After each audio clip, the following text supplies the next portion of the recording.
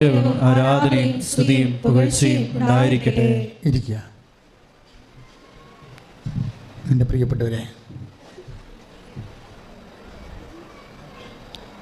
ഉടമ്പടി ധ്യാനത്തിനായി നമുക്ക് നമ്മളെ തന്നെ ഒരുക്കാം. ദൈവസ്നേഹത്തോടെ ഈ ധ്യാനത്തിൽ നമുക്ക് തന്നെ നമ്മുടെ മനസ്സിനെ അർപ്പിച്ചുകൊണ്ട് ആഴമായ വിശ്വാസ ബോധ്യതകളിലേക്ക് കടന്നു വരാം. പ്രാർത്ഥിക്കുക. പരിശുദ്ധമേ ദേവമാതാവേ, ഏറ്റു പ്രാർത്ഥിക്കുക. പരിശുദ്ധമേ, പരിശുദ്ധമേ, ദൈവമാതാവേ, ദൈവമാതാവേ, ഈ ഉടമ്പടി ധ്യാനത്തിലേക്ക് പരിശുദ്ധാത്മാവിനെ അയക്കുന്നതിനായി പരപിതാവിനോട് ഈശോയെ മാധ്യസ്ഥം വഹിക്കണമേ. ഞങ്ങൾക്ക് ആവശ്യമായ വചനങ്ങൾ, ഞങ്ങൾക്ക് ആവശ്യമായ ശക്തി, ഞങ്ങൾക്ക് ആവശ്യമായ സമാശ്വാസങ്ങൾ, ഞങ്ങൾക്ക് ആവശ്യമായ വഴിനടത്തലുകൾ ഈ ഉടമ്പടി ധ്യാനം തീർത്ഥാടനത്തിലെ പ്രഭാഷണത്തില് ഓൺലൈനായി ഓരോ സ്ഥലങ്ങളിലും ധ്യാനം കൂടുന്നവരെ അങ്ങ് ആശീർവദിക്കണമേ. വിശ്വാസ സ്നേഹത്താൽ അങ്ങയുടെ വചനം ഗ്രഹിക്കുന്നതിന് ആവശ്യമായ ആധ്യാത്മികമായ ആന്തരിക അഭിഷേകത്താൽ നിറക്കണമേ.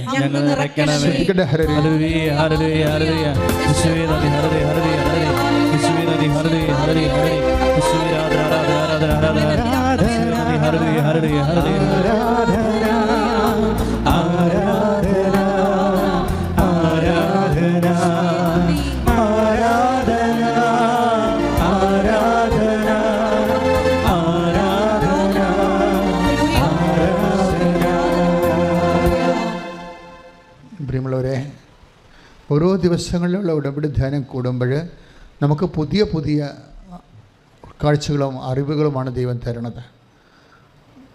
നമുക്ക് സാക്ഷ്യങ്ങളൊക്കെ പറയുമ്പോൾ ആൾക്കാർ almost all epoch of the life, ജീവിതത്തിൻ്റെ എല്ലാ മണ്ഡലങ്ങളിലുമുള്ള ആൾക്കാർ ജീവിതത്തിൻ്റെ എല്ലാ ആവശ്യങ്ങളുടെ മേലും ആൾക്കാർ ദൈവികമായ ഇടപെടൽ ലഭിച്ചിട്ട് ജനങ്ങൾ സാക്ഷ്യം പറയുമ്പോൾ നിങ്ങൾ ഓർക്കും, ഇതൊക്കെ ഒരു ദൈവാനുഗ്രഹമാണല്ലോ, പ്രത്യേക ദൈവാനുഗ്രഹമാണ്. ആൾക്കാർ വിസ്മയം പ്രാപിക്കും. പക്ഷേ അതൊന്നുമല്ല കാര്യം. ഇതൊക്കെ ദൈവം നമുക്ക് നൽകിയിട്ടുള്ള വാഗ്ദാനത്തിൻ്റെ ആ നിറവേറ്റങ്ങളാണ് കാണിക്കുന്നത്. സ്വാഭാവികമാണ്. അസ്വാഭാവികമായി ഒന്നും കൃപാസനത്തിൽ സംഭവിക്കണില്ല. ഉടമ്പടി എന്ന വലിയ ദൈവികമായ പദ്ധതിയിലൂടെ ഒരു മനുഷ്യൻ സത്യസന്ധമായിട്ട് കടന്നു പോകുമ്പോൾ സ്വാഭാവികമായി സംഭവിക്കുന്ന ദൈവികമായ വാഗ്ദാനങ്ങൾ നിറവേറ്റ ഒരു അത്ഭുതമല്ല, അതൊരടയാളമാണ്. അത്ഭുതത്തെക്കാൾ ശക്തമാണ് അടയാളം. അടയാളം എന്ന് പറയുമ്പോൾ നമുക്കറിയാം, അടയാളം എന്ന് വെച്ച് കഴിഞ്ഞാൽ ഇപ്പോൾ നമ്മൾ ഏതെങ്കിലും സ്കൂളിൻ്റെ വാതിക്കൽ കൂടി പോയി കഴിഞ്ഞാൽ നമുക്ക് സ്കൂളിൽ ക്രോസ് ചെയ്യുന്ന സ്ഥലമുണ്ടെങ്കിൽ റോഡിൽ കുഞ്ഞുങ്ങൾ സ്കൂളിൽ അവരുടെ ബാഗ് തോളിലിട്ട് ഓടുന്ന ഒരു കറുത്ത ചിത്രം കാണിക്കും, അല്ലേ? ചുവപ്പ് വട്ടത്തിൽ കറുത്ത ചിത്രം കുഞ്ഞുങ്ങളെ സ്കൂളിലേക്ക്. അതിൻ്റെ അർത്ഥം ഡ്രൈവർമാർക്കുള്ള ഒരു അടയാളമാണത്. എന്താ ഡ്രൈവർമാരോട് സർക്കാർ പറയണത്? ട്രാഫിക് ഡിപ്പാർട്ട്മെൻറ്റ് പറയണത് എന്താണ്? സ്ലോ ഡൗൺ ചെയ്യണം, ഇവിടെ ഒരു സ്കൂളുണ്ട്, കുഞ്ഞുങ്ങൾ പഠിക്കുന്നതാണ്, അതുങ്ങളുടെ ജീവിതം സംരക്ഷിക്കണം. അടയാളമാണ് ഓരോ. അപ്പോൾ അത് സ്കൂളല്ല, അവിടെ റോഡെ കൊണ്ടൊന്നും സ്കൂളാരും വെച്ചിട്ടില്ല, അടയാളം വെച്ചിട്ടുണ്ട്. ഓരോ അത്ഭുതങ്ങളും ഒരു അടയാളമാണ്. എന്താണ്? നിനക്ക് ജോലി കിട്ടിയതൊന്നും അല്ല പ്രശ്നം, അത് വാഗ്ദാനത്തിൻ്റെ ഭാഗമായ ദൈവം നൽകിയ നിറവേറ്റമാണ്. മറിച്ചെന്താണ്? ആ അടയാളത്തിൻ്റെ പിന്നിൽ ഒരു ദൈവമുണ്ട്. നിന്നെ സ്നേഹിക്കുകയും സന്ധിക്കുകയും സമാധാനിപ്പിക്കുകയും സമാശ്വസിപ്പിക്കുകയും നിന്റെ കൂടെ നടക്കുകയും ചെയ്യുന്ന ദൈവം കൈയടിച്ച് കർത്താൻ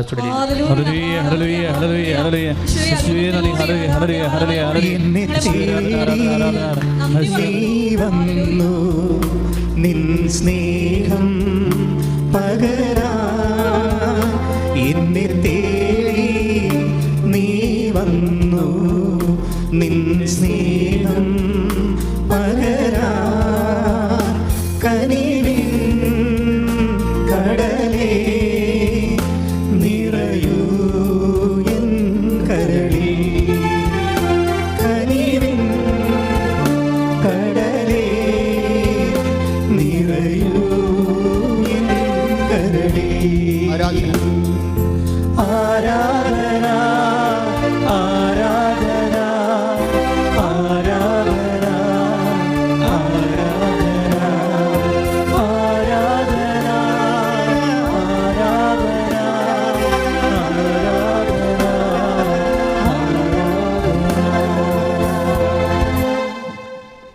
എൻ്റെ പ്രിയപ്പെട്ട കഴിഞ്ഞ ദിവസം ഇവിടെ അഞ്ചു ആൻ്റണി എന്ന് പറഞ്ഞൊരു മോള് ഒരു സാക്ഷ്യം പറഞ്ഞു. വലിയ സാക്ഷ്യമാണെന്ന് വെച്ച് കഴിഞ്ഞാൽ അത്ര വലിയ സാക്ഷ്യമല്ല, എന്നാൽ നമുക്ക് റെഫർ ചെയ്യാവുന്നൊരു കുറേ അധികം പോയിൻറ്റ്സ് എല്ലാം ഉണ്ട്. അഞ്ചു ആൻ്റണി ഒരു എയറോനോട്ടിക് എഞ്ചിനീയറാണ്.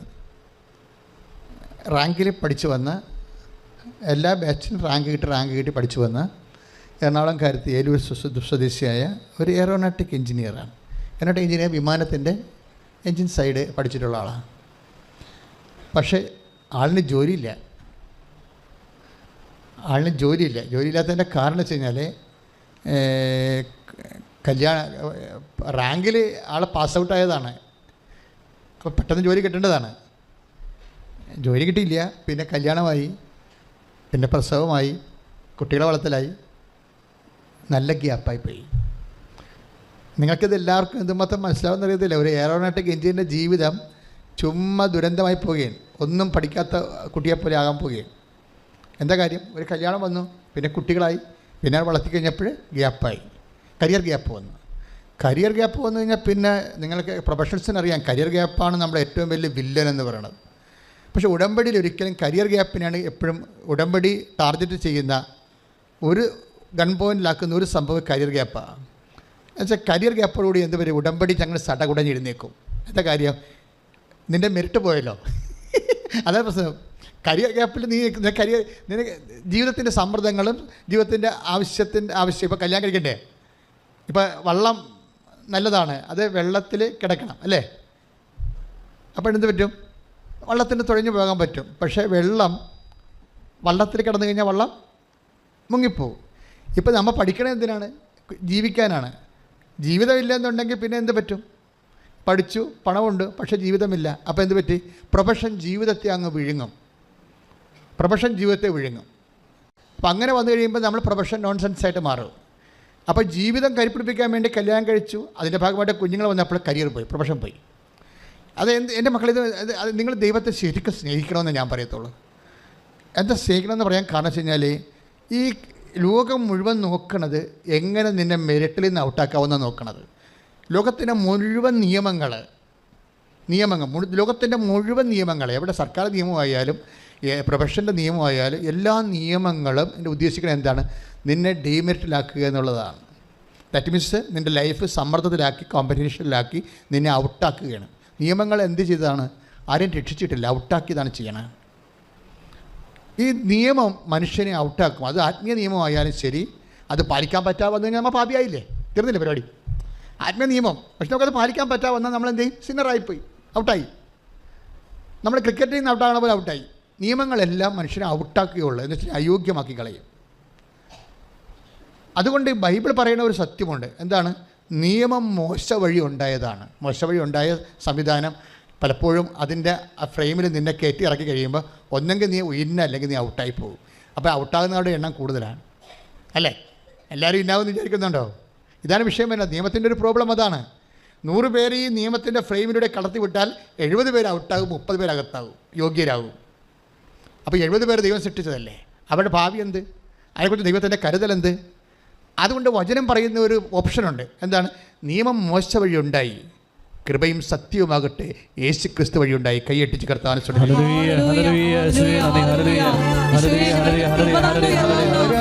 സ്നേഹത്തിന് നന്ദി പറയുന്നു.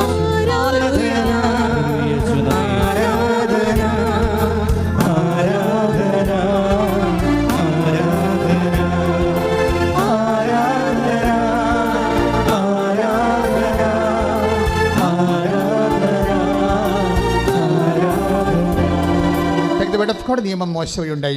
യോഹന്നാൻ 1:17. എന്തുകൊണ്ടെന്നാൽ നിയമം മോശ വഴി നൽകപ്പെട്ടു. എന്തുകൊണ്ടെന്നാൽ നിയമം മോശ വഴി നൽകപ്പെട്ടു. കൃപയും സത്യവുമാകട്ടെ കൃപയും സത്യവുമാകട്ടെ യേശുക്രിസ്തു വഴി ഉണ്ടായി. യേശുക്രിസ്തു വഴി ഉണ്ടായി. അപ്പോൾ മോശ വഴി നൽകപ്പെട്ട നിയമത്തിലൂടെ ആ നിയമം തന്നെ ഈ നിയമജ്ഞന്മാരും പരിസയന്മാരും ചെന്നിട്ട് ആ നിയമത്തെ അവർ പിന്നെയും സങ്കീർണമാക്കുകയാണ് ചെയ്തത്. യേശുക്രിസ്തുവിൻ്റെ കാലത്ത് എപ്പോഴും ഫൈറ്റിംഗ് ഉണ്ടാവും. അല്ല, എല്ലാ ദിവസങ്ങളിലും തന്നെ ആരെങ്കിലും ഒരു പ്രതിയോഗിയും യേശുവായിട്ട് ഫൈറ്റ് നടത്തുന്ന കാണാം. കാര്യം ഈ കർത്താവിൽ കുറ്റം ആരോപിക്കാൻ വേണ്ടി ഒരു നിഴല് പോലെ ഇവരിങ്ങനെ തൂങ്ങിക്കെട്ടി പുറകെ നടക്കുന്ന ആൾക്കാരെ കാണാം. അവസാനം വരെ ഉണ്ടത്. കാര്യം ഇവർ നിയമങ്ങൾ സങ്കീർണമാക്കിയിട്ട് ഭൂരിഭാഗം മനുഷ്യരെ സമൂഹത്തിൻ്റെ പിന്നാമ്പുറങ്ങളും പുറംപോക്കിലും കളഞ്ഞ ആൾക്കാരാണ്. എന്താ കാര്യം? നിയമം സങ്കീർണമാക്കുന്ന അനുസരിച്ച് കൊണ്ട് ഇപ്പം സാബത്തിൽ ഒരു നിയമമുണ്ട്, അല്ലേ? നിയമത്തിൻ്റെ ഒരു ഭാഗമാണ് സാബത്ത് കർത്താവിൻ്റെ ദിവസം പരിശുദ്ധമായി ആചരിക്കണം. അതൊരു നിയമമാണ്. It's okay. ആ നിയമത്തിൻ്റെ പെരുക്കങ്ങൾ എന്തുമാത്രം വന്നെന്നറിയാം? 3850 പെരുക്കങ്ങൾ വന്നതിൻ്റെ ആ നിയമം വ്യാഖ്യാനിക്കാൻ വേണ്ടി നിയമജനം ഉണ്ടാക്കിയതാണ്. അതിൻ്റെ ഉള്ളിലാണ് ഒരു സാബത്തിൽ ചെറിയ നമ്മൾ ബൈബിൾ വ്യാഖ്യാന പുസ്തകം വായിക്കുമ്പോൾ രസകരമായ ഒരു സംഭവം വിവരിക്കുന്നത് റബിയുടെ പുസ്തകത്തിൽ. അതായത് ഒരുത്തൻ്റെ ചെരുപ്പ് സൂര്യാസ്തമയം വരെയാണല്ലോ ഈ സാബത്ത് നിലനിൽക്കുന്നത്. അപ്പോൾ സൂര്യാസ്തമയത്തിന് മുമ്പ് നടന്നു പോകുന്ന സമയത്ത് ഒരുത്തൻ്റെ ചെരുപ്പ് വള്ളി പൊട്ടിപ്പോയി. അപ്പം അതിനകത്ത് വള്ളി പൊട്ടിപ്പോയാൽ എന്ത് ചെയ്യണമെന്ന് മോസസ് പറഞ്ഞിട്ടില്ല. മനസ്സിലായില്ലേ? യാത്രക്കാരൻ്റെ ചെരുപ്പിൻ്റെ വള്ളി പൊട്ടിപ്പോയാൽ സാബത്താണെങ്കിൽ എന്ത് ചെയ്യണമെന്ന് മോസസ് പറഞ്ഞിട്ടില്ല. പക്ഷേ ലേവ്യ പുസ്തകത്തിൽ ചുമടെടുക്കരുതെന്ന് പറഞ്ഞിട്ടുണ്ട്. അതാണ് ആ നിയമത്തിൻ്റെ സങ്കീർണത പറഞ്ഞത് അങ്ങനെയാണ്. പെരുക്കം വരുന്നത് അങ്ങനെ ചുമടെടുക്കരുതെന്ന് പറഞ്ഞിട്ടുണ്ട്. ഭാരമുള്ള ജോലികൾ. അപ്പോൾ വള്ളി പൊട്ടിയ ചെരുപ്പ് നമുക്ക് ഉപേക്ഷിക്കാൻ പറ്റുമോ? അതെടുത്താൽ ചുമടായി പോകത്തില്ലേ? അപ്പോൾ അത് പാപമായി പോകത്തില്ലേ? അപ്പോൾ അതുകൊണ്ട് എന്ത് പറയും, യഹൂദന്മാരെന്ത് ചെയ്യും? വള്ളി പൊട്ടിയാൽ ആ അസ്തമിക്കണ വരെ ആ ചെരുപ്പ് വള്ളി പൊട്ടിയ ചെരുപ്പിൻ്റെ അടുത്ത് നിൽക്കും. അത് ഒരു മനുഷ്യൻ്റെ ഭാരം തന്നെ, ജീവിതഭാരം തന്നെ കണ്ടില്ലേ? നിങ്ങളാണെങ്കിൽ കൃപാസനത്തെ വെച്ച് വള്ളി പൊട്ടിക്കുക. മിക്കവാറും ആൾക്ക് ഞങ്ങളിവിടെ 10-15 ചെരുപ്പൊക്കെ എല്ലാ ദിവസവും കെട്ടിക്കൊണ്ടുപോയി അവിടെ ഞങ്ങളുടെ അവിടെ ഒരു ഇതെല്ലാം കൂട്ടിയിടുന്ന സ്ഥലമുണ്ട്. അവിടെ കൊണ്ടിടും. കാര്യം വെച്ച് കഴിഞ്ഞാൽ പല ആൾക്കാരുടെയും പരിപാടി എന്നറിയാമോ? ചിലരുടെ ചെരുപ്പ് മാറിപ്പോകും. ചില ആൾക്കാർ പഴയ ചെരുപ്പാണ് തന്നെ ഇവിടെ വരുമ്പോൾ അത് ഉപേക്ഷിച്ചിട്ടും പോകും. അത് ചിലപ്പോൾ നടന്നു. ഞങ്ങൾ പറയണില്ല വേറെ ചെരുപ്പ് മാറിയിട്ടുണ്ട് പോകുന്നു പറയത്തില്ല. ഉടമ്പടി ധ്യാനകേന്ദ്രത്തിൽ വന്നിട്ട് ആരെങ്കിലും പുതിയ വേറെ ആൾക്കാരുടെ നല്ല ചെരുപ്പ് അല്ലെങ്കിൽ പിന്നെ കക്കാൻ വേണ്ടി മാത്രമല്ല. അപ്പോൾ അവരെക്കുറിച്ച് നമുക്ക് പറയേണ്ട കാര്യമില്ല. പക്ഷേ അതേസമയം തന്നെ ഒത്തിരി ചെരുപ്പുകൾ ഇവിടെ വരുന്നുണ്ട്. ബാക്കി നിങ്ങൾ പോയി കഴിയുമ്പോൾ 5 മണിയാകുമ്പോൾ നോക്കിയാൽ മനസ്സിലാവും. കുറേ ചെരുപ്പുകൾ ഇങ്ങനെ രാത്രി 9 മണിക്ക് ക്ലീൻ ചെയ്യുന്ന ആൾക്കാർ ചാക്കിൽ കെട്ടിക്കൊണ്ട് മരച്ചൂട്ടിയിടും. അപ്പുറത്തൊരു സ്ഥലമുണ്ട് അവിടെ. എന്താ സംഭവം എന്ന് വെച്ച് കഴിഞ്ഞാൽ എപ്പോഴും നമ്മൾ ശ്രദ്ധിക്കേണ്ടത് ഇത് ഒരു വിഷയമാണ് ഞാൻ പറഞ്ഞത്. അതെന്താ സംഭവിച്ചു കഴിഞ്ഞാൽ ഇതുപോലെ ജീവിതം സങ്കീർണമാക്കുമ്പോൾ അത് പാലിക്കാൻ പറ്റാത്തവരുടെ എണ്ണം കൂടിക്കൂടി വരും. നമ്മുടെ സബ്ജക്റ്റ് എന്താണ്? മെറിറ്റില്ലാത്ത ആൾക്കാരുടെ എണ്ണം സമൂഹത്തിൽ പാലിക്കാൻ പറ്റാതെ വരുമ്പോൾ നിയമം സങ്കീർണമാകുന്നതോടുകൂടി എന്ത് പറ്റും? നിയമം ടൈറ്റായി കഴിഞ്ഞാൽ ആനുകൂല്യം അർഹിക്കാത്ത ആൾക്കാരുടെ എണ്ണവും അവകാശികളുടെ എണ്ണമൊക്കെ കുറഞ്ഞു വരും. അവകാശികളുടെ എണ്ണം കുറഞ്ഞു വരും. ബാക്കി അപ്പോൾ കുറഞ്ഞു വരുമ്പോഴും അതേസമയം തന്നെ അവകാശികളുടെ എണ്ണം എന്ന് വെച്ച് കഴിഞ്ഞാൽ അവകാശം പ്രാപിക്കാത്തവരുടെ എണ്ണം കൂടിക്കൂടി വരും. യോഗ്യതയില്ലാത്തവരുടെ എണ്ണം കൂടിക്കൂടി വരും. ഇത് സമൂഹത്തിൻ്റെ ഒരു പ്രത്യേകമായ ഒരു ജീവിത ദുരന്തമാണ്. അതായത് ഈ നിയമം സങ്കീർണമാകുകയും അതുപോലെ തന്നെ അത് അവകാശം പ്രാപിക്കാൻ കഴിവില്ലാത്തവരുടെ എണ്ണം കൂടി വരികയും ചെയ്യുമ്പോൾ അവരെന്ത് ചെയ്യും? അവർ നിസ്സഹായരായി പോകും. അപ്പോൾ ഈ നിസ്സഹായരായ ജനം ദൈവത്തിൻ്റെ ഒരു ടാർഗറ്റാണ് എപ്പോഴും. അവിടുത്തെ ജനം നിസ്സഹായരും പരിഭ്രാന്തരുമാണെന്ന് പറഞ്ഞു. യേശു അപ്പം വർദ്ധിപ്പിക്കാനുള്ള ഒരു സാഹചര്യത്തെക്കുറിച്ച് പറയുമ്പോൾ അപ്പം വർദ്ധിപ്പിക്കാനുള്ള അവൻ ജനക്കൂട്ടത്തെ കണ്ടു. ആ ജനക്കൂട്ടം നിസ്സഹായവും ആരും സഹായിക്കാനില്ലാത്തവരും. പിന്നെന്താണ്? ആരും സഹായിക്കാനില്ലാത്തെങ്കിൽ പിന്നെ അടുത്ത വികാരം എന്താ പറയണത്? പരിഭ്രാന്തർ. വചനം അഡ്രസ്സ് ചെയ്യുന്ന വലിയൊരു ജീവിതാവസ്ഥയാണ്. Take the word of God. സ്തുതിക്കട്ടെ. ഹല്ലേലൂയ. ഹല്ലേലൂയ. ഹല്ലേലൂയ. ഹല്ലേലൂയ. ഹല്ലേലൂയ. യേശുവേ നന്ദി. ഹല്ലേലൂയ. ആരാധന ആരാധന ആരാധന.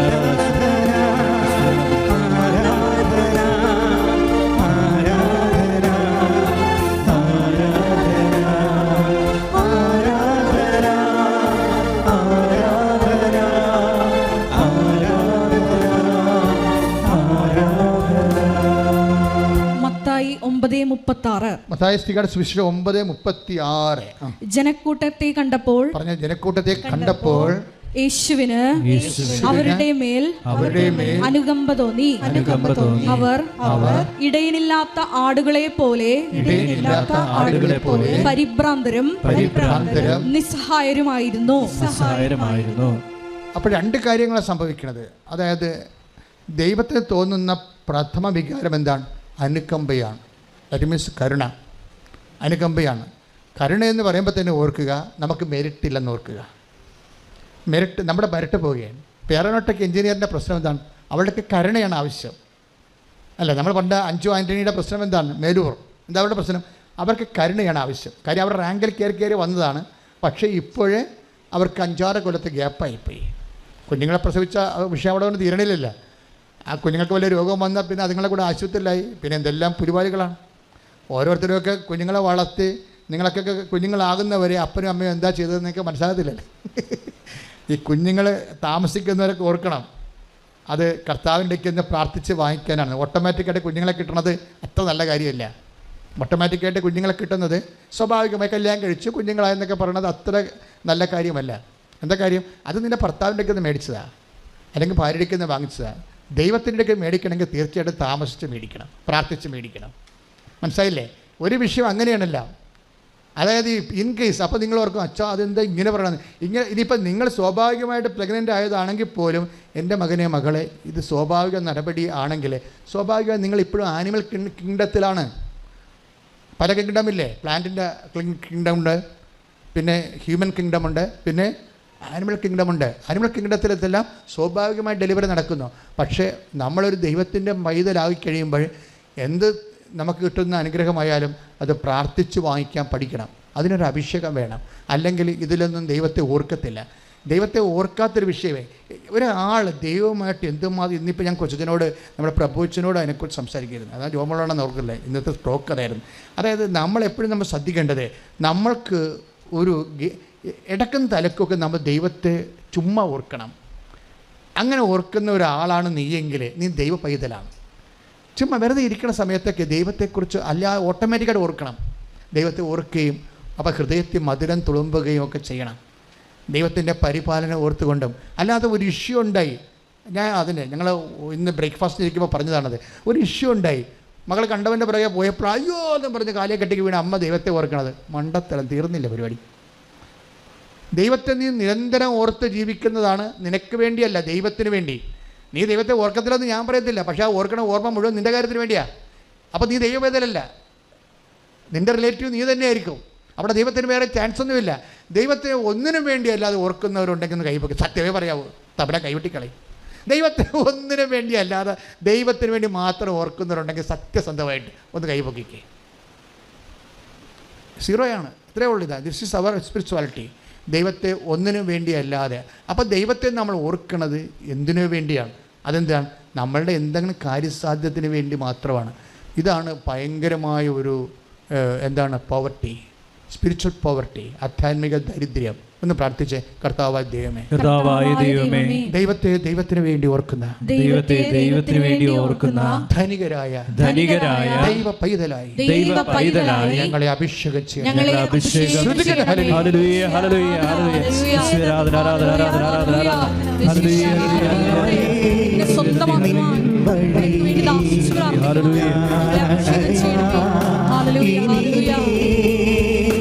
മിശിഹായേ നിൻ വഴി ഞാനണയാ ഇനിമേ കരുണാമയനേ ഇനിയും നീ അഭയം. ആരാധന ആരാധന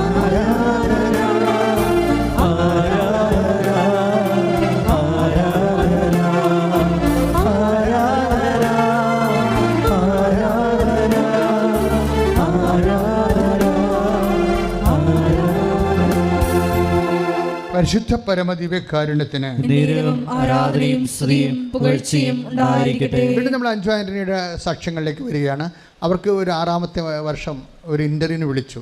നമുക്കറിയാമല്ലോ, ഇത് അധികം ജോലി സാധ്യതയുള്ള ഒരു കുറച്ച്. ഇപ്പോൾ ലോറിയുടെ ഒരു എഞ്ചിനീയർ ആണെങ്കിൽ സ്വാഭാവികമായിട്ട് ലോറികൾ ലക്ഷക്കണക്കിന് ഇന്ത്യയിലുണ്ട്, വിമാനങ്ങൾ ലക്ഷക്കണക്കിന് ഇന്ത്യയിലില്ലല്ലോ. അതിൻ്റെ എയറോനോട്ടിക് എഞ്ചിനീയർ ആകുമ്പോൾ സ്വാഭാവികമായിട്ടും ജോലി സാധ്യത കുറവാണ്. അപ്പം അതിൻ്റെ ഗ്യാപ്പുമായി പിന്നെ ടച്ച് വിട്ടുപോയി. അതിൻ്റെ കാര്യം നമുക്കറിയാം. ടച്ച് വിട്ടു പോകണമെന്ന് പറഞ്ഞാൽ നിസ്സാര കാര്യമല്ല. ഗ്യാപ്പ് എന്ന് പറയുമ്പോൾ എന്തുകൊണ്ടാണ് ഗ്യാപ്പ് വന്ന ആൾക്കാർ എടുക്കാത്തതെന്ന് വെച്ച് കഴിഞ്ഞാൽ, ഇപ്പോൾ നേഴ്സാണ്, ഗ്യാപ്പുണ്ട് 5 കൊല്ലത്തെ, എന്തുകൊണ്ടാണ് ആശുപത്രിക്കാർ എടുക്കാത്തത്? ടച്ച് വിട്ട് പോയതുകൊണ്ടാണ്.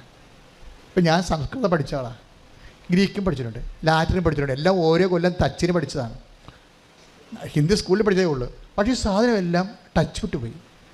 എന്നുവെച്ചാൽ ഞാനിപ്പോൾ ഉപയോഗിക്കുന്നത്, എനിക്ക് ലേഖനങ്ങൾ എഴുതുമ്പോൾ ഞാനിപ്പോൾ അന്ന് മുതൽ അച്ഛനായ കാലം മുതൽ ഇന്ന് വരെ എഴുത്തും വായനയുണ്ട്.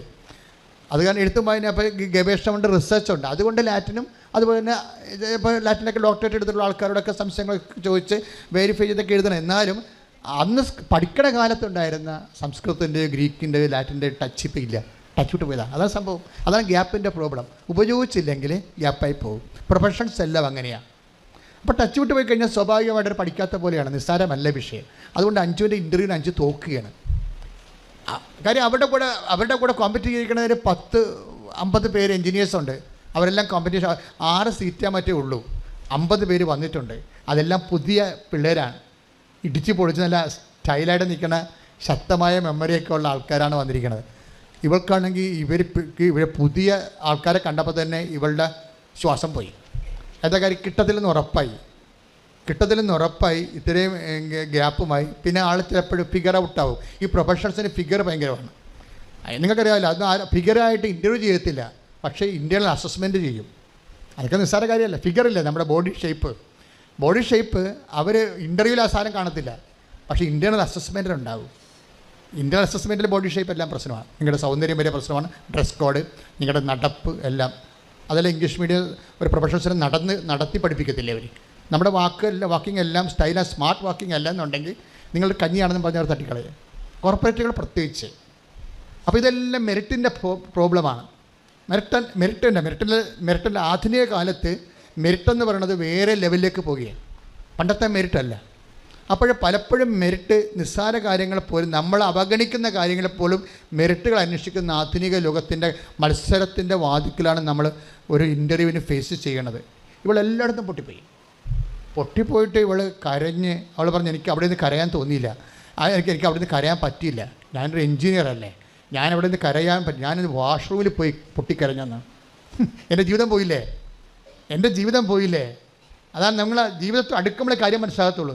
എൻ്റെ ജീവിതം പോയില്ലേ, ഞാൻ ഇത്രയും കാലം പഠിച്ചതും ഒരു അഡ്മിഷൻ കിട്ടാൻ എന്ത് പാടാണ്, അത് വാങ്ങിച്ചിട്ട് ആ റാങ്ക് നിലനിർത്താൻ എന്ത് പാടാണ്, അതെല്ലാം തീർന്നില്ലേ, ഞാൻ ഔട്ടായിപ്പോയി.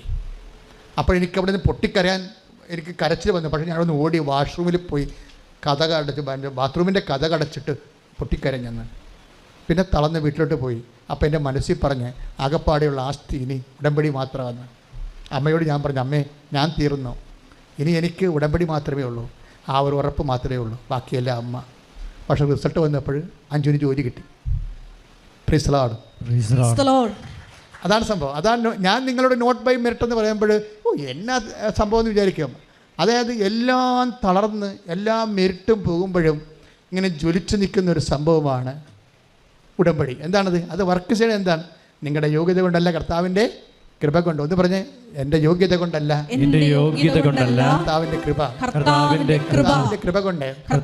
കൃപ കൊണ്ട്. 5 ആ ജോലി വാങ്ങിക്കുന്ന മുമ്പ് വന്ന് സാക്ഷ്യം പറഞ്ഞിട്ടാണ് പോണത്.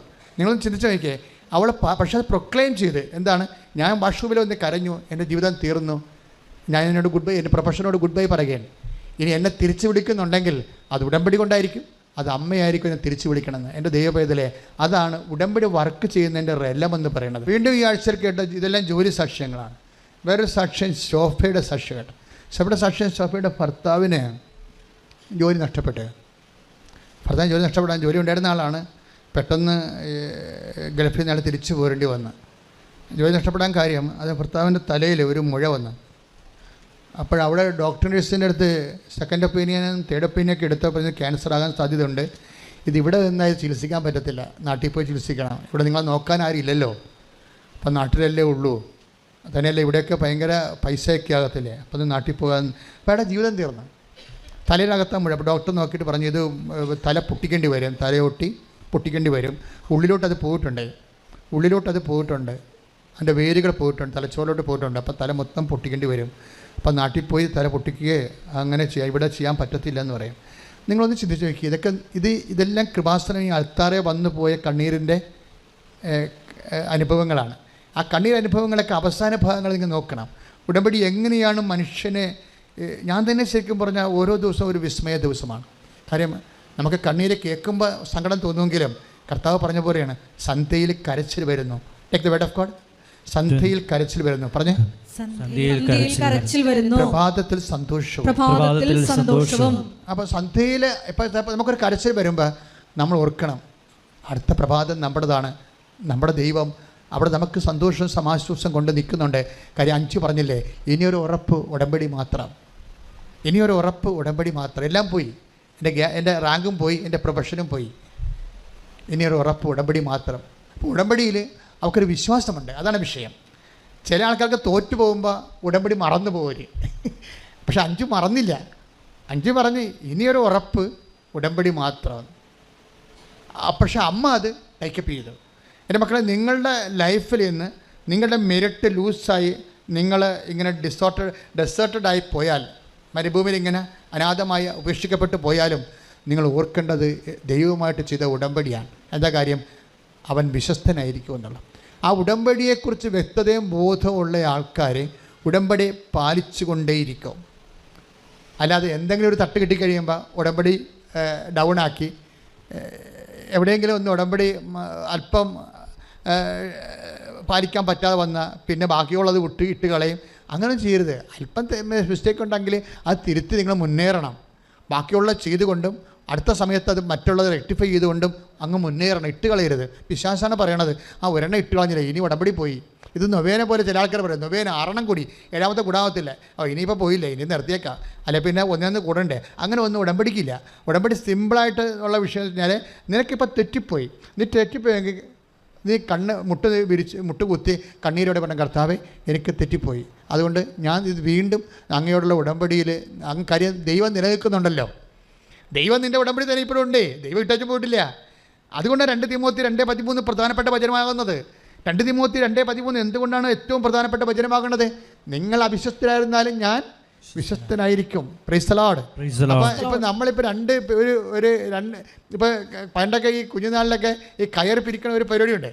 ഇപ്പോൾ കയർ പിരിക്കുമ്പോൾ ആ 2 കയറിട്ടിട്ട് അപ്പുറത്ത് ഇപ്പം 2 ആൾക്കാർ നാട്ടിൻ പുറത്ത് കൈക്ക് പിരിച്ചുകൊണ്ടിരിക്കും. അപ്പോൾ കയറിന് മുറുക്കം വരുമ്പോൾ ഏറ്റവും തളർന്ന, ഇപ്പോൾ അപ്പുറത്തേക്കണത് ഇത്തിരി ബലഹീനമായ പാർട്ടിയാണെങ്കിൽ അവരുടെ കയ്യിൽ നിന്ന് അത് വിട്ടുപോകും. പക്ഷേ അപ്പനും അമ്മയാണ് ഇപ്പുറത്ത് നിൽക്കണമെന്നുണ്ടെങ്കിൽ അവർ ആ കയ്യിൽ നിന്ന് വിട്ടുപോകത്തില്ല. ഉടമ്പടി ഇങ്ങനെ, ഉടമ്പടി 2 പേരുടെ കയ്യിൽ നിന്ന് ഒരിക്കലും വിട്ടുപോകത്തില്ല. നിൻ്റെ കയ്യിൽ നിന്ന് വിട്ടുപോയാലും ദൈവത്തിൻ്റെ കയ്യിൽ നിൻ്റെ ഉടമ്പടിയുടെ ഒരറ്റം ഉണ്ടാകും. അപ്പോൾ പിന്നെ നീ എന്താണ്, വിട്ടുപോയ ഉടമ്പടി നീ എടുത്താൽ പോരെ? നീ ദൈവത്തോട് മാപ്പ് ചോദിച്ചുകൊണ്ട് 2 റീസ്റ്റാർട്ട് ചെയ്യണം, അത്രയും. ജീവിതം തീർന്നുവെന്ന് സോഫയും ഹസ്ബൻഡും വിചാരിക്കുന്നു. അപ്പോൾ അവർക്കുള്ളത് എന്താണ്? ഉടമ്പടിയുടെ ഒരു ബലമാണ്. പക്ഷേ നാട്ടിൽ വന്ന് ഇങ്ങനെ തലയൊട്ടി പൊളിച്ച് തലച്ചോറിൻ്റെ ഉള്ളിലേക്ക് പോകുന്ന വേരുള്ളതാണ്. മേജർ ഓപ്പറേഷനാണ്. കുടുംബം വെളുത്ത് പോകുന്നൊക്കെ വിചാരിച്ച് പേടിച്ച് പ്രാർത്ഥിച്ച് ഉടമ്പടി എടുത്തിട്ടാണ് ഇവർ ഇതെല്ലാം ചെയ്യണത്. പക്ഷേ റിസൾട്ട് വന്നപ്പോൾ അത് വെറും ഒരു വെള്ളം മാത്രമാണെന്നും കൊഴുപ്പ് കെട്ടിയിരിക്കണമെന്നും സിമ്പിളായിട്ട് ആ വിഷയം കൈകാര്യം. അപ്പോൾ പെട്ടെന്നാണ് ഇങ്ങനെ ഒരു കാർമേഘം പോലെ വരണത്. അപ്പോൾ കാർമേഘം വരുമ്പോഴേ ഇങ്ങനെ ഇപ്പം തന്നെ മഴ പെയ്ത് നമ്മുടെ വീട് മുങ്ങിപ്പോയി ഒഴുകിപ്പോകുന്നും പ്രളയമായി ഒഴുകിപ്പോകുന്നൊന്നും ധരിക്കരുത്. കാര്യം നമ്മൾക്കൊരു ഉറപ്പെന്താണ്? നമ്മുടെ വിശ്വാസമാണ്, ദൈവത്തിലുള്ള വിശ്വാസം. അപ്പോൾ എൻ്റെ മക്കളെന്ത് ചെയ്യണമെന്ന് വെച്ച് കഴിഞ്ഞാൽ, ഈ ഇഷ്യൂസ് ഉണ്ടാകുമ്പോൾ മാത്രം ദൈവവുമായിട്ട് ഒരു റിലേഷൻ വെക്കരുത്. ഇപ്പോൾ ചിലർ അങ്ങനെയല്ലേ, എന്തെങ്കിലും ഒരു പ്രോബ്ലം ഉണ്ടാകുമ്പോൾ ഉടമ്പടി എടുത്ത് കുറച്ച് നാൾ ഉടമ്പടിയിലൊക്കെ ജീവിച്ച് അതിൻ്റെ ആനുകൂല്യമൊക്കെ കൈപ്പറ്റി സാക്ഷിയൊക്കെ പറഞ്ഞിങ്ങനെ പോകും. പിന്നെ എന്ത് ചെയ്യും? പിന്നെ പഴയ ലോകത്താനായിട്ട് തന്നെ പിന്നെ അവർ ജീവിക്കും. അതാണ് പ്രോബ്ലം. അത് ദൈവത്തിന് നേരത്തെ അറിയാം. നിങ്ങൾ ഈ കാര്യം കണ്ടു കഴിയുമ്പോൾ വീണ്ടും പഴയതുപോലെ പൗശന്യവും വഴക്കും തമ്മിലടിയും അസ്വസ്ഥതയും കള്ളത്തരവും തോന്നിവാസവും മത്സരവും വാശിയും വെള്ളവടിയും എല്ലാം തിരിച്ചു വരുമെന്നും നിങ്ങളിപ്പോൾ അത്യാവശ്യം നിക്കക്കളില്ലാത്തതുകൊണ്ട് പട്ടങ്ങി പറയണമെന്നും നിങ്ങൾ പഴയ പിഴച്ച ആൾക്കാരുടെ തന്നെ തിരിച്ചു പോകുമെന്നും ദൈവത്തിനെങ്ങാനും ഒരു അറിവ് നേരത്തെ ഉണ്ടെങ്കിൽ അത് പണിയായി വരും. ഉടമ്പടി താമസിക്കാം. അപ്പോൾ നിങ്ങൾ ആദ്യം എടുക്കേണ്ട തീരുമാനം ഇതാണ്: കർത്താവ്, ഉടമ്പടിയിലൂടെ ലഭിച്ച വിശുദ്ധി ഏത് സാഹചര്യത്തിൽ ഞാൻ നഷ്ടപ്പെടുത്തത്തില്ല. ഉടമ്പടിയിലൂടെ ലഭിച്ച ദൈവസ്നേഹവും അങ്ങയുമായിട്ടുള്ള ബന്ധവും ഏറ്റു പറഞ്ഞ്, ദൈവമേ, ഉടമ്പടിയിലൂടെ ലഭിച്ച വിശുദ്ധിയും സാക്ഷ്യ ജീവിതവും അങ്ങയുടെ മഹത്വത്തിന് വേണ്ടി നിന്നോടുള്ള സ്നേഹത്തെ പ്രതി ഞാൻ എക്കാലവും നിലനിർത്താം. എന്നെ സഹായിക്കണമേ.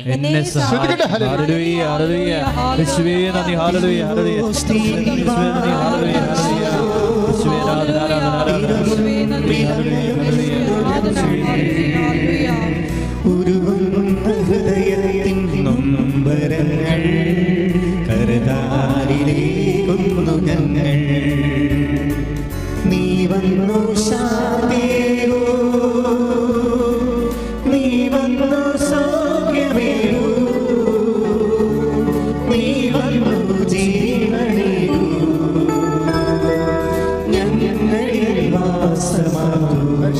പരമദിവ്യകാരുണ്യത്തിന് നേരവും ആരാധനയും സ്തുതിയും പുകഴ്ചയും ഉണ്ടായിരിക്കട്ടെ. അപ്പോൾ ഇയാളുടെ അസുഖം ഇത് ഇപ്പോൾ മേജർ ഓപ്പറേഷൻ ഒന്നും ഇല്ല. അവരങ്ങനെ ആശ്വസിച്ച് കഴിഞ്ഞപ്പോൾ പിന്നെ റെസ്റ്റിൻ്റെ ടൈമല്ലേ. അപ്പോൾ സോഫ ജോലിക്ക് പോയെങ്കിലും ബെഹറിലായിട്ടാണ് പോയത്. ബെഹറിൽ ജോലി കിട്ടിയത് ഒരു പാകിസ്ഥാൻ്റെ കടയിലാണ് കിട്ടിയത്. അതുകൊണ്ടൊന്നും ജീവിക്കാൻ പറ്റത്തില്ല. പാകിസ്ഥാൻ്റെ കടയിലാണ് ജോലി കിട്ടിയത് ബെഹറിൽ പോയെങ്കിലും. അതുകൊണ്ട് പക്ഷേ ജീവിക്കാൻ പറ്റണില്ല. അപ്പോൾ എന്താ ഉടമ്പടിയിൽ വെച്ചിരുന്നത് അവളുടെ ജോലിയാണ് വെച്ചിരുന്നത് ഒരു കാര്യം. പിന്നെ എന്ത് ചെയ്ത് ബഹ്റൈൻ മിനിസ്ട്രിയിൽ അവൾ ആപ്ലിക്കേഷൻ കൊടുത്തു. ആ ആപ്ലിക്കേഷൻ കിട്ടാനുള്ള സാധ്യതയില്ല. നിങ്ങൾക്കറിയാവോ? അതായത് അവർക്ക് അത്രയും എക്സ്പീരിയൻസ് ഇല്ല. അവിടെ തന്നെ അത് ഫസ്റ്റ് ടൈമാണ്. അവരെക്കാൾ കെവന്മാരായിട്ട് ആൾക്കാർ അവിടെ മിനിസ്ട്രിയിൽ ആപ്ലിക്കേഷൻ സ്വാധീനമുള്ളവരും എക്സ്പീരിയൻസ് ഉള്ളവരുണ്ട്. അതിലെ മെറിറ്റ് ഉള്ളവരുണ്ട്. ഞാൻ എന്താ ഈ പറയണത്? ശോഭയ്ക്ക് മെറിറ്റില്ലെന്നാണ് പറയണത്. അതാണ് പറയണത്, യോഗ്യതയില്ല. ഉടമ്പടി എങ്ങനെ നോട്ട് ബൈ മെറിറ്റുകാരെ എങ്ങനെ ലിഫ്റ്റ് ചെയ്യണമെന്ന് അറിയണം. പക്ഷേ റിസൾട്ട് വരുമ്പോൾ എന്താ, മിനിസ്ട്രിയിൽ ഈ പാകിസ്ഥാനിലെ കടയിലെ എടുത്തുകൊടുപ്പുകാരത്തെ നിന്ന കക്ഷിയെ പെട്ടെന്നാണ് ഗവൺമെൻറ് ഡിപ്പാർട്ട്മെൻറ്റിലേക്ക് മിനിസ്ട്രിയിൽ ജോലി കിട്ടണത്. അതാണ് എൻ്റെ വിഷമം. അതാണ് എൻ്റെ സാക്ഷ്യത്തിൻ്റെ ശക്തി എന്ന് പറയുന്നത്. അതായത് അതിനകത്ത് ഏറ്റവും പറയാനുള്ള സാക്ഷ്യം ഇത് തന്നെയാണ്. അതായത് ഇങ്ങനെ ഗ്രൗണ്ട് സീറോയിലായിട്ട് ഇങ്ങനെ ആൾ റെഡ്യൂസ് ചെയ്ത് പോവുകയും ഉടമ്പടി ഇവരെ പൊക്കിയെടുത്ത് ഭർത്താവിനെ സുഖപ്പെടുത്തി ഇവരെ പാകിസ്ഥാൻ്റെ കടയിൽ നിന്ന് അത് അവിടെ സാധനങ്ങൾ എടുത്തു കൊടുക്കുന്ന ആ ജോലിയിൽ നിന്ന് ഇവിടെ ലിഫ്റ്റ് ചെയ്ത് മിനിസ്ട്രിയിലേക്ക് കൊണ്ടുപോയി ഹൈ സാലറി പ്ലേസ് ചെയ്യുന്നുണ്ട്. അപ്പോൾ നമ്മൾക്ക് ഇത് വളരെ അസ്റ്റോണിഷിംഗ് ആണ്, ഇത് ഭയങ്കരമായിട്ടുണ്ടല്ലോ എന്നൊക്കെ നമുക്ക് തോന്നും. പക്ഷേ ബൈബിള് ഇത് സിമ്പിളായിട്ടാണ് ചെയ്യണത്. എന്താ സാധിച്ചാൽ ഇത് നമുക്ക് നേരത്തെ തന്നിട്ടുള്ള വാഗ്ദാനമാണ്. 111-ാമത്തെ സങ്കീർത്തനത്തിൽ ഇതിൻ്റെ വാഗ്ദാനമുണ്ട്. അവിടെ 111:4 take the word of God. സങ്കീർത്തനം 111:4 ശ്രദ്ധിക്കട്ടെ. 111-ാം സങ്കീർത്തനം 4-ാം തിരുവചനം.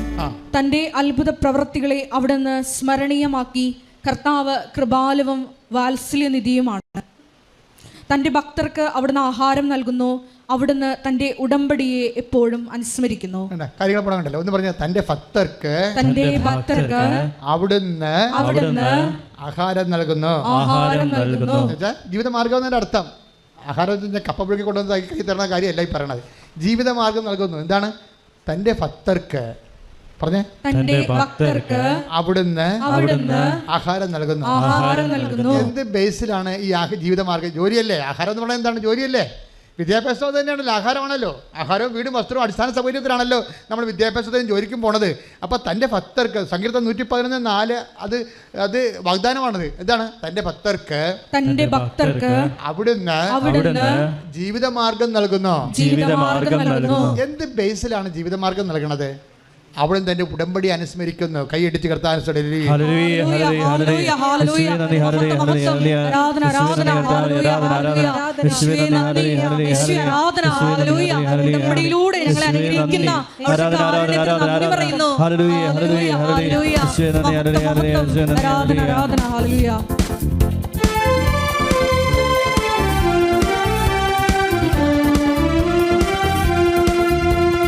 ഏലിയാവിനപ്പം ലഭിച്ചതുപോൽ എന്റെ ആഹാരം വരുന്നുണ്ട്. ഏലിയാവിനപ്പം ലഭിച്ചതുപോൽ എന്റെ ആഹാരം വരുന്നുണ്ട്. വരുന്നുണ്ട് വരുന്നുണ്ട് എന്റെ അനുഗ്രഹം വരുന്നുണ്ട്. വരുന്നുണ്ട് വരുന്നുണ്ട് എന്റെ അനുഗ്രഹം വരുന്നുണ്ട്. പരിശുദ്ധ പരമദിവ്യകാരുണ്യത്തിന് പരിശുദ്ധ പരമദിവ്യകാരുണ്യത്തിന്. ഈ സങ്കീർത്തനം 111:4 ഇതിൻ്റെ ബേസിക് വേർഡ്. എന്താ കാര്യം? നിങ്ങൾക്ക് ഇപ്പോൾ അഞ്ജു ആൻ്റണി എറണാകുളത്തേക്ക് എഞ്ചിനീയർ, 6 വർഷം ഗ്യാപ്പുള്ള എഞ്ചിനീയർ, അവരെക്കാൾ ശക്തരായ ആൾക്കാരുമായിട്ടാണ് അവർക്ക് ഇൻ്റർവ്യൂ. ഇൻ്റർവ്യൂവിൽ അവർക്ക് കിട്ടിയിരിക്കുന്ന സ്കോർ 0 ആ ഹീറോ സ്കോറിൽ നിന്ന് അവർ നിലയം വിളിച്ച് ബാത്തൂരിൽ പോയി ഉച്ചത്ത് നിലവിളിച്ചിട്ട് സങ്കടത്തോടെ പ്രൊഫഷനോട് ബൈ പറഞ്ഞുകൊണ്ട് അവർ വീട്ടിലോട്ട് പോവുകയാണ്. അവർ തിരിച്ചു വിളിച്ചത് ആരാണ്? ഈ സങ്കീർത്തനം 114. എന്താണ്? അവൾ ഉടമ്പടിയുടെ വിശ്വസ്തയായിരുന്നു. നമ്മൾ ചുമ്മാ അവിടുന്ന് തൻ്റെ ഭക്തർക്ക് ആഹാരം നൽകുന്നു എന്ന് പറഞ്ഞാൽ ഇറ്റ്സ് ഓക്കെ. കർത്താവ് പറഞ്ഞിട്ടുണ്ട് ആഹാരം എല്ലാവരും കൊടുക്കുന്നു എന്ന് പറഞ്ഞിട്ടുണ്ട്. എന്താണ്? ആകാശത്തിലെ പക്ഷികളെ നോക്കി, അവർ വിതക്കുന്നില്ല, കൊയ്യുന്നില്ല. പക്ഷെ അതൊന്നും ഉടമ്പടി പ്രകാരമല്ല. മനസ്സിലായില്ലേ? അതായത് നിങ്ങൾക്ക് മെരിറ്റ് പോകുന്ന സമയത്ത് ആഹാരം കിട്ടുന്നത്, ജോലി കിട്ടുന്നത്, ഇറ്റ് ഈസ് മെരിറ്റ് പോയാൽ പിന്നെ എന്താണ്? But by grace. അതാണ് 111:4 പറയണത്. അവിടെ ഏറ്റവും പറഞ്ഞ അവിടുന്ന് തന്റെ ഭക്തർക്ക് ആഹാരം നൽകുന്നു. എന്താണ് അടുത്ത വചനം? അവിടുന്ന് തന്റെ ഉടമ്പടി അനുസ്മരിക്കുന്നു. നിങ്ങൾ മനസ്സിലായില്ല? ആഹാരം നൽകുന്നത് ഈ മെറിറ്റ്. ശോഭയ്ക്ക് ജോലി കിട്ടിയതും പാകിസ്ഥാൻ്റെ സാധാരണ കച്ചവട പിടികയെന്ന് ബെഹ്റിൻ്റെ മിനിസ്ട്രിയിലേക്ക് ശോഭയെ ഉയർത്തിയത് എന്താണ്? അവിടുന്ന് തൻ്റെ ഉടമ്പടി അനുസ്മരിക്കുന്നു. അതായത് ദൈവം നീ ചെയ്ത ഉടമ്പടി അനുസ്മരിക്കുകയാണ്. ആ അനുസ്മരണം അതേ സമയത്തുള്ള അതേ ഒരു വൈബിലെ നീയും ദൈവത്തോട് ചെയ്ത ഉടമ്പടി അനുസ്മരിച്ചുകൊണ്ടേയിരിക്കണം. പ്രാർത്ഥിക്കുക. കർത്താവായ ദൈവമേ, ഞാൻ അങ്ങയോട് ചെയ്ത ഉടമ്പടി അനുദിനം അനുസ്മരിക്കുവാനും അതനുസരിച്ച് അങ്ങയുടെ ഭക്തനായി ഭക്തയായി ഉടമ്പടിയിൽ വളരുവാനും എന്നെ സഹായിക്കണമേ. ശ്രദ്ധിക്കട്ടെ. ഹല്ലേലൂയ.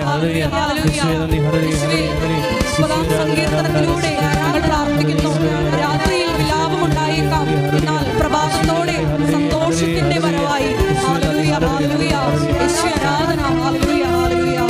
ഏലിയാവിനപ്പം ലഭിച്ചതുപോൽ എന്റെ ആഹാരം വരുന്നുണ്ട്.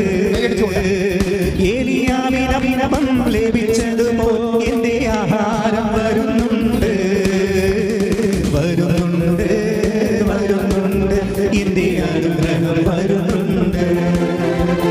വരുന്നുണ്ട് വരുന്നുണ്ട് എന്റെ അനുഗ്രഹം വരുന്നുണ്ട്. പരിശുദ്ധ പരമദിവ്യകാരുണ്യത്തിന് എൻ്റെ പ്രിയപ്പെട്ടവരെ, ഈ ജീവിത മാർഗവും ഉടമ്പടിയും ഭക്തിയും തമ്മിൽ വളരെ ഇന്റർകണക്റ്റഡ് ആണ്. വളരെ കണക്റ്റഡ് ആണ്. ഭക്തി എന്താ പറയണത്? അവിടുന്ന് അത് 111:4 എന്താ പറയണത്? അവിടുന്ന് തന്റെ ഭക്തർക്ക് ആഹാരം നൽകുന്നു, ജീവിതമാർഗം നൽകുന്നു. എന്താണ് കാരണം? അവിടുന്ന് തന്റെ ഉടമ്പടി അനുസ്മരിക്കുന്നു. അപ്പൊ ഭക്തർക്കാണ് നൽകുന്നത്. ഭക്തി ഒരു പ്രശ്നമാണ് നിന്റെ അകത്തെ. ഉടമ്പടിയും ഭക്തിയും. ഇപ്പം നിനക്ക് ജോലി വേണം, വീട് വേണം, വിവാഹം നടക്കണം, കുഞ്ഞുങ്ങൾ ഉണ്ടാവണം, വസ്തു വിൽക്കണം, രോഗം മാറണം, ദാറ്റ്സ് ഓക്കെ. പക്ഷെ ഇത് വർക്ക് ചെയ്യുന്ന ഭക്തിയിലാണ്. ഈ ഇങ്ങനെ എല്ലാ മാർഗങ്ങളും ഉടമ്പടിയുടെ ഭക്തിയുണ്ട്. ഭക്തി എന്ന് പറയണം നീ ഇവിടെ വന്ന് വിറച്ചതുള്ളി കമന്നടിച്ച് കിടക്കണമല്ല ഭക്തി. ഉടമ്പടിയുടെ ഭക്തി എന്ന് പറഞ്ഞാൽ കഴിഞ്ഞ പ്രാവശ്യം ഞാൻ കഴിഞ്ഞ ആഴ്ച പറഞ്ഞായിരുന്നു ഭക്തി എന്ന് പറയണത് എന്താണെന്ന്. ഇല്ലേ? പറഞ്ഞായിരുന്നു. അതായത് ഇപ്പം ഇത്ത ഒരു ഭക്തി പ്രത്യയം ഉണ്ടല്ലോ എൻ്റെ അടുത്ത്. ഇത്ത എന്ന് ഭക്തി ഫായും ഫാ പ്ലസ് ത വെച്ചാൽ ഇത്ത എന്ന് വെച്ചാൽ സംസ്കൃതത്തിൽ ഒട്ടുക എന്ന അർത്ഥം. ഒട്ടണം എന്നാണ് അർത്ഥം. രക്തമില്ലേ? രക്തത്തിനൊരു ഇത്ത ഉണ്ടല്ലോ, ഒട്ടണം എന്നതിന് അർത്ഥം. വെച്ചാൽ രജോ ഗുണത്തോട്, രജോ ക്ഷത്രിയ ശക്തി. അപ്പോൾ ക്ഷത്രിയ ഗുണത്തോട് ഒട്ടണതിനാണ് രക്തമെന്ന് പറയണത്. അതായത് രജോ ഗുണം എന്ന് പറഞ്ഞൊരു ശക്തിയുണ്ട്. നമുക്കറിയാം തമോ ഗുണമുണ്ട്, ഇരുട്ടിൻ്റെ ശക്തി, ദുഷ്ടന്മാരുടേത്, ക്രിമിനൽസിൻ്റെത് തമോ ഗുണം. രജോ ഗുണം ധൈര്യശാലികളുടേത്, അവരല്ലേ സാഹസപ്പണിയൊക്കെ ചെയ്യണത്. അപ്പോൾ രജോ ഗുണം. പിന്നെ ഉള്ളത് സദ്ഗുണമുണ്ട്. അപ്പോൾ ഇതുപോലെയുള്ള മനുഷ്യൻ്റെ ബ്ലഡിൻ്റെ നമ്മുടെ ഇന്ത്യൻ ഫിലോസഫിയിൽ കുറേ അധികം തരംതിരിവുണ്ട്. ഈ രജോ ഗുണത്തോട് ധൈര്യത്തോട് ഒട്ടുനിൽക്കുന്ന സാധനം ഒട്ടിപ്പിക്കുന്നതിന് രക്തം എന്ന് പറയും. രജോ ഗുണത്തോട് ഒട്ടുന്നതിന് രക്തം. ഇനി എന്ത് ഭക്തി എന്ന് പറഞ്ഞാൽ എന്താണ്? അതിവിടെ ഒരു യുക്തായുണ്ട്. ഭഗവാനോട് ഒട്ടണതിനാണ് ഭക്തി എന്ന് പറയുന്നത്. ഇവിടെ പ്രശ്നം ഭഗവാനോട് ദൈവത്തോട് മനുഷ്യൻ ഒട്ടുന്നതിന് വേണ്ടിയാണ്. ഒട്ടുന്ന എന്ത് വ്യാപാരമായാലും അത് ഭക്തിയാണ്. ശക്തമായി പലതരം പശയില്ലേ? കഞ്ഞിയുടെ പശുണ്ട്, മൈദാ പശുണ്ട്, ഇതെല്ലാം. കഴിഞ്ഞ ദിവസം ഞാനൊരു മുത്തൊട്ടിച്ചപ്പോഴും എൻ്റെ അമ്മ എൻ്റെ കൈയും തമ്മിൽ ഒട്ടിപ്പോയി. പിന്നെ ഞങ്ങളുടെ എല്ലാവരുടെയും കൈ ഒട്ടിപ്പോയി. ഭയങ്കര അഡിക്കേഴ്സായിപ്പോയി. എല്ലാവരും നമ്മളെ ഒട്ടിച്ചിട്ട് പിന്നെ പുറത്തോട്ട് വരുന്നില്ല. അത്രയും ഭയങ്കര പശയായിപ്പോയി. അപ്പോൾ പലതരത്തിലുള്ള പശുണ്ട്. അപ്പോൾ ഈ ഭക്തിയിലും നമ്മൾ ഭഗവാനോട് കാണിക്കുന്ന ഭക്തിയുണ്ട്. അതിലും തന്നെ പശക്ക് പലതരം പശുണ്ട്. ചുമ്മാ നാക്കുകൊണ്ട് ഭക്തിഗാനം പാടിയാലും ഭഗവാനോട് ഒട്ടും. പക്ഷെ കുറച്ച് കഴിയുമ്പോൾ പറഞ്ഞു പോകും. ഇതാണ് പ്രശ്നം. ഇത് പ്രശ്നമാണ്. നിങ്ങൾ ഉടമ്പടിയെക്കുറിച്ച് പറയുമ്പോൾ ഉടമ്പടിയും ഭക്തിയും തമ്മിൽ ഭയങ്കര ബന്ധമുണ്ട്. ഇപ്പം നമ്മൾ ഭക്തി ഗാനങ്ങൾ തന്നെ ഒരു പാട്ട് പാടിക്കഴിഞ്ഞാൽ ഭക്തി ഗാനമാണെങ്കിൽ ഭക്തിയിൽ അഭിഷേകമുള്ള ഗാനം അത് പാടിക്കഴിയുമ്പോൾ നമുക്ക് ദൈവത്തോടൊരു അടുപ്പം തോന്നും, ഭഗവാനോട് നമ്മൾ ഒട്ടും. കുറച്ച് കഴിയുമ്പോൾ അത് പറഞ്ഞു പോകും. കാര്യം ഭക്തി ഗാനത്തൊക്കെ ഒട്ടിക്കുന്നതിനൊക്കെ ഒരു പരിധിയുണ്ട്. കഴിഞ്ഞാൽ പിന്നെ ഒട്ടത്തിൽ ഈ സാധനം പശയുടെ ക്വാളിറ്റി പോലെ ഇരിക്കുന്ന സംഭവം. പക്ഷേ ഉടമ്പടിയിൽ ഉപയോഗിക്കുന്ന ഭക്തി എന്ന് പറയുന്നത് വേറെ ഒരു സംഭവമാണ്. നാക്കിൻ്റെ ചൊല്ലലല്ല. എന്താ ഉപയോഗിക്കണത്? ചെയ്യലാണ്. അത് പണ്ടാരപ്പശയാണ്. അതാണ് സാധനം. അതായത് നീ മനഃപൂർവ്വം ദൈവത്തോടുള്ള സ്നേഹത്താൽ ഇപ്പം നമ്മൾ രോഗികളെ കാണുന്നു, അവരെ ശുശ്രൂഷിക്കുന്നു, കടുത്ത കാര്യങ്ങൾ. ഇപ്പം നിങ്ങളെ പല ആൾക്കാരും ഉപയോഗിക്കുന്നത് ചെറിയ തരം കള്ളപ്പശയാണ് ഉപയോഗിക്കുന്നത്. എന്നുവെച്ചാൽ പത്രം കൊണ്ടേ കൊടുക്കുക, അത്യാവശ്യം കാര്യങ്ങളൊക്കെ ചെയ്യുക. രോഗികളൊന്നും ആരും കാണത്തില്ലല്ലോ. അതിന് കുറച്ചുകൂടി കൂടിയ ദൈവസ്നേഹം വേണം. പ്രത്യേകിച്ച് നമുക്ക് പരിചയമില്ലാത്ത രോഗികളാണ്. പരിചയമുള്ള രോഗികളല്ല, പരിചയമില്ലാത്ത രോഗികളെ പോയി കാണുകയും അവരെ കാണാൻ ആശ്വസിപ്പിക്കുകയും ചെയ്യുന്നതിനൊക്കെ കൂടിയ പശ വേണം, കൂടിയ ഭക്തി വേണം. അതിന് സാധാരണ ആൾക്കാർ, അതുകൊണ്ടാണ് ഞാൻ പലരോടും അതായത് കൂടിയ വലിയ കാര്യങ്ങൾ നിർവഹിക്കുന്നവരെ എപ്പോഴും അതേസമയം തന്നെ വലിയ ഈ ഇൻവെസ്റ്റ്മെൻ്റ് ഉള്ളവരാണ് ചെയ്യണത്. അപ്പോൾ നമ്മളിപ്പോൾ ഉടമ്പടി പുതുക്കി കഴിയുമ്പോൾ, ഉടമ്പടി എടുക്കുമ്പോൾ ഞങ്ങളൊന്നും പറയത്തില്ല, പക്ഷേ ഉടമ്പടി പുതുക്കി കഴിയുമ്പോൾ നിങ്ങൾ പശയുടെ ബ്രാൻഡ് മാറ്റേണ്ടി വരും, ക്വാളിറ്റി മാറ്റേണ്ടി വരും. മനസ്സിലായില്ലേ? ഉടമ്പടി പുതുക്കിയിട്ട് പണ്ട് ചെയ്തതിനേക്കാൾ പിന്നെ ലൈറ്റ് വെയിറ്റ് ആയിട്ട് കാര്യങ്ങൾ ചെയ്ത് കഴിഞ്ഞാൽ നിങ്ങൾ ബ്രാൻഡഡ് കള്ളന്മാരാണ്. ഇപ്പം ഞങ്ങൾ രാവിലെ അവിടെ സംസാരിച്ച തിരട്ട് ഗ്രാമമെന്ന് പ്രഭുവച്ചൻ പറഞ്ഞു. കള്ളന്മാർ മാത്രം താമസിക്കുന്ന ഗ്രാമം തമിഴ്നാട്ടിലുണ്ടെന്ന്. തമിഴ്നാട്ടിൽ മാത്രമല്ല, ഉടമ്പടി എടുത്തതിൽ 50% കള്ളന്മാരുണ്ടാകും. അതുവെച്ചാൽ ഇവർ പുതുക്കൽ വരുമ്പോൾ ഇവർ ഉഴപ്പും. പഴയതുപോലെ പവർ കാണിക്കത്തില്ല. ആ പത്രം കൊടുക്കുമ്പോൾ ഇന്നത് കൊടുക്കുക, ഇത് കൊടുത്ത് അവസാനിപ്പിക്കുക, എപ്പോഴും കൊടുത്തേക്കാന്നൊക്കെ പറഞ്ഞുകൊണ്ട് ഇവർ മുമ്പത്തേക്ക് ഉഴപ്പും. ചില ആൾക്കാർ കുറച്ചുകൂടി തീഷ്ണമതികളായി മാറും. കാര്യം ഇത് വർക്ക് ചെയ്യണത് ഭക്തിയിലാണ് വർക്ക് ചെയ്യണത്. ഭക്തി, നമ്മുടെ ഭക്തി ഒരു പാട്ട് പാടിയാൽ ഒട്ടണ ഭക്തി അല്ല ഇത് ചൊല്ലുന്ന പ്രാർത്ഥനയല്ല, ചെയ്യുന്ന പദ്ധതിയാണ്. അപ്പം ചെയ്യുമ്പോൾ ഏറ്റവും ക്ലേശകരമായി ചെയ്യണം. കാര്യം എന്തുമാത്രം സ്നേഹം കൂടുന്നുവോ ദൈവത്തോട്, അത്രയും ക്ലേശകരമായ ഭാരം നമ്മൾ ഏറ്റെടുക്കും. മനസ്സിലായി? അതാണ് സംഭവം. എന്തുമാത്രം ഇത് ദൈവസ്നേഹമാണ്, ബേസിക്കായിട്ട് ദൈവസ്നേഹമാണ്. എന്തുമാത്രം ദൈവത്തോട് നമുക്ക് സ്നേഹം തോന്നുന്നുവോ അത്രയും നമ്മൾ ദൈവത്തിന് വേണ്ടി വലിയ കാര്യങ്ങൾ ചെയ്യും. അതുകൊണ്ടാണ് അമ്മയും അത് തന്നെയല്ലേ പറയണത്. അമ്മ എന്താ പറയണത്? 1:50 വായിച്ചമോളെ. ലൂക്ക 1:49, ശക്തനായവൻ എനിക്ക് വലിയ കാര്യങ്ങൾ ചെയ്തിരിക്കുന്നു, അവിടുത്തെ നാമം പരിശുദ്ധമാണ്. അവിടുത്തെ ഭക്തരുടെ മേൽ തലമുറകൾ തോറും അവിടുന്ന് കരുണ വർഷിക്കും. അതായത് ഭക്തി വർദ്ധിക്കുന്നതനുസരിച്ച് ലുക്ക 1:50 എന്താ പറയണത്? ഒന്ന് പറഞ്ഞ്, അവിടുത്തെ ഭക്തരുടെ മേൽ അവിടുന്ന് തലമുറകൾ തോറും കരുണ വർഷിക്കും. അപ്പോൾ വലിയ കാര്യങ്ങൾ ചെയ്യണതും ഭക്തിയിൽ വലിയ കാര്യങ്ങൾ ചെയ്യുമ്പോഴെന്താ പറ്റും? തലമുറകൾക്ക് ബ്ലെസ്സിങ് കിട്ടും. എന്നുവെച്ചാൽ നിൻ്റെ ഇപ്പം അമ്മ മകൾക്ക് വേണ്ടി പ്രാർത്ഥിക്കുന്നത് അല്ലേ? ഇവിടെ വരുമ്പോൾ ഒത്തിരി പേര് വരുന്നുണ്ടല്ലോ, അമ്മമാർ മകൾക്ക് വേണ്ടി പ്രാർത്ഥിക്കുന്നത്. പക്ഷേ മകൾക്ക് വേണ്ടി പ്രാർത്ഥിക്കുന്ന തലമുറയാണല്ലോ, വേറെ തലമുറയല്ലേ. പേരക്കിടാങ്ങൾക്ക് വേണ്ടി പ്രാർത്ഥിക്കുന്ന അമ്മമാരും വരുന്നുണ്ട്. ഞങ്ങളിവിടെ ഉടമ്പടി ആവതില്ലെങ്കിൽ എടുപ്പിക്കത്തില്ലെന്നേ ഉള്ളൂ. കാര്യം അവർക്കത് ചെയ്യാൻ പറ്റത്തില്ല. ചെയ്യാൻ പറ്റും. ഇപ്പോൾ ഇന്നലെ 75 വയസ്സ് കോഴിക്കോട്ടെന്നൊരു നോൺ ക്രിസ്ത്യനായിട്ടുള്ള അമ്മാമ്മ വന്നു. എന്നാ പവറാ! അവരോട് പറഞ്ഞാൽ അവർ ശരിക്കും പറഞ്ഞാൽ 17 വയസ്സുകാരെ പോലെ അവർ സംഭവം ചെയ്യും. അത്രയും പവർ. 70 വയസ്സുകൊണ്ടൊന്നും ഒരു കാര്യമില്ല. ഞങ്ങൾ നോക്കണ വയസ്സല്ല, ഇവർക്ക് ചെയ്യാനുള്ള ആംബിയർ ഉണ്ടെന്നാണ് ഞങ്ങൾ നോക്കണത്. വയസ്സൊക്കെ പറയുന്നുണ്ടെങ്കിൽ ഞങ്ങളുടെ മനസ്സിരിപ്പ്, ഞങ്ങളുടെ അസസ്മെൻറ്റിൽ എന്താ ചെയ്യണം. അതുകൊണ്ടല്ലേ ചില വയസ്സന്മാരെ കാണുന്നില്ല ഉടമ്പടി എടുക്കുന്നത്. അതെന്താ വെച്ച് കഴിഞ്ഞാൽ അവർക്ക് ചെയ്യാനുള്ള ആംബിയറുണ്ട്. മറ്റുള്ളവർ ചുമ്മാ മരുമകൾ വീട്ടിൽ ഇരുന്ന് അതും ചെയ്യരുത്, നീ ഇവിടെ പേടി, ഇന്നലെ ഇവിടെ പേടി, ഇന്നലെ മെനേന്ന് ഇവിടെ പോയതൊക്കെ ചോദിക്കുമ്പോൾ പറയും നിങ്ങൾ പോയി കൃപാസത്തിൽ ഇരിക്കാൻ പറഞ്ഞു വിടും. അങ്ങനെ വന്ന് ഇവിടെ ഇരിക്കുന്ന ആൾക്കാരുണ്ട്. ഇവിടെ വന്നാലേ എന്താ പിന്നെ ഉടമ്പടി കൊണ്ട് എടുത്തേക്കാമെന്ന് വിചാരിക്കും. അങ്ങനെയുള്ളവരെ കാണുമ്പോൾ നമുക്കറിയാം ഇവർ ചെയ്യത്തില്ല, ചുമ്മാ അഭ്യാസത്തിന് വന്നാണെന്ന് അറിയാം, എടുപ്പിക്കത്തില്ല. പക്ഷേ എപ്പോഴും നമ്മൾ ശ്രദ്ധിക്കേണ്ട ഒരു വിഷയം എന്ന് വെച്ചാൽ, ഈശോ അമ്മ എന്താ പറഞ്ഞത്? ലൂക്ക 1:50 എന്താ പറഞ്ഞത്? അവിടുന്ന് തന്റെ ഭക്തരുടെ മേൽ തന്റെ കാരുണ്യം തലമുറകൾ തോറും പ്രദർശിപ്പിക്കും. അപ്പോൾ 2-3 പ്രശ്നമാണ് അവിടെ. എല്ലാം ഉടമ്പടിയാണ്. കാര്യം അവിടെ കാരുണ്യം വന്നിട്ടുണ്ട്. Not by merit but by grace. അതാണ് കാരുണ്യം, മെറിറ്റിലല്ല. അപ്പം തലമുറകളോട് കാരുണ്യം കാണിക്കും. നിന്റെ മക്കളോടും പേരക്കിടാങ്ങളോടും ദൈവം കാരുണ്യം കാണിക്കും. ആരാണ്? ഭക്തരുടെ മേലാണ്. ആ ഭക്തി കാണിക്കുന്ന വ്യക്തി ഭക്തി സത്യസന്ധമായിട്ടാണ് കാണിക്കണതെങ്കിലേ, സത്യസന്ധമായിട്ട് കാണിക്കണമെന്ന് പറയുമ്പോൾ എന്താണ് സംഭവിച്ചാൽ ദൈവസ്നേഹമാണ്. ദൈവസ്നേഹം കൂടിയാൽ നമ്മൾ രക്തസാക്ഷി വരെ ആയിപ്പോവും. ഞാനൊക്കെ എപ്പോഴും കൊതിക്കുന്ന ഒരു സംഭവമാണ്. എനിക്കിങ്ങനെ പനി പിടിച്ച് മരിക്കുമ്പോഴൊക്കെ ആത്മഹത്യ ചെയ്ത പോലെയുള്ളൊരു പദ്ധതി എൻ്റെ മനസ്സിനുള്ളത്. അങ്ങനെ ഒരു സുവിശേഷകരൊക്കെ എന്നെ പനി പിടിച്ച് മരിക്കണേ. സുവിശേഷം പ്രസംഗിച്ച് അതിൻ്റെ പ്രത്യാഘാതങ്ങൾ ഏറ്റാണ് ദൈവത്തിന് സാക്ഷിയായി അവൻ അത്രയും നാൾ ചെയ്ത കാര്യം സത്യസന്ധമാണെന്ന് ലോകത്തോടും ദൈവത്തോടും പറഞ്ഞുകൊണ്ടാണ് അവൻ ദൈവത്തെങ്കിലേക്ക് പോണത്. അതാണ് അപ്പോൾ അത്രയും വരെ എത്തിപ്പോകുന്നുണ്ടെങ്കിൽ, തീർച്ചയായിട്ട് എത്താൻ മനുഷ്യൻ കൊതിക്കുന്നുണ്ടെങ്കിൽ, ഭക്തിയുടെ പിന്നിൽ എപ്പോഴും നമുക്ക് ഒരു ആത്മാർത്ഥമായ സമർപ്പണം ഉണ്ടാകണം. അല്ലാതെ എന്തെങ്കിലും ഈ ലൊട്ടിലൊടുക്ക് പരിപാടി ചെയ്ത് ഉടമ്പടി ഒപ്പിക്കാമെന്ന് ആരും ധരിക്കരുത്. കാര്യം അസസ് ചെയ്യണത് നിങ്ങൾ ചെയ്യുന്ന പ്രവൃത്തിയല്ല, ദൈവത്തോട് നിങ്ങൾ കാണിക്കേണ്ട സ്നേഹമാണ്.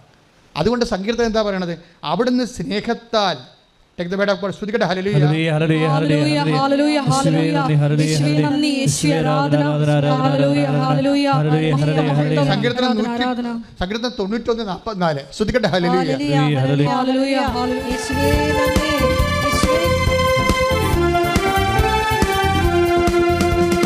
തമ്പേരിൻ താളത്തോടെ കൈത്താളമേളത്തോടെ കർത്താവിനെ സ്തുതിച്ചിടാം, കർത്താവിൻ നാമം പാടിടാം. തമ്പേരിൻ താളത്തോടെ കൈത്താളമേളത്തോടെ കർത്താവിനെ സ്തുതിച്ചിടാം, കർത്താവിൻ നാമം പാടിടാം. തമ്പേരിൻ താളത്തോടെ കൈത്താളമേളത്തോടെ കർത്താവിനെ സ്തുതിച്ചിടാം, കർത്താവിൻ നാമം പാടിടാം.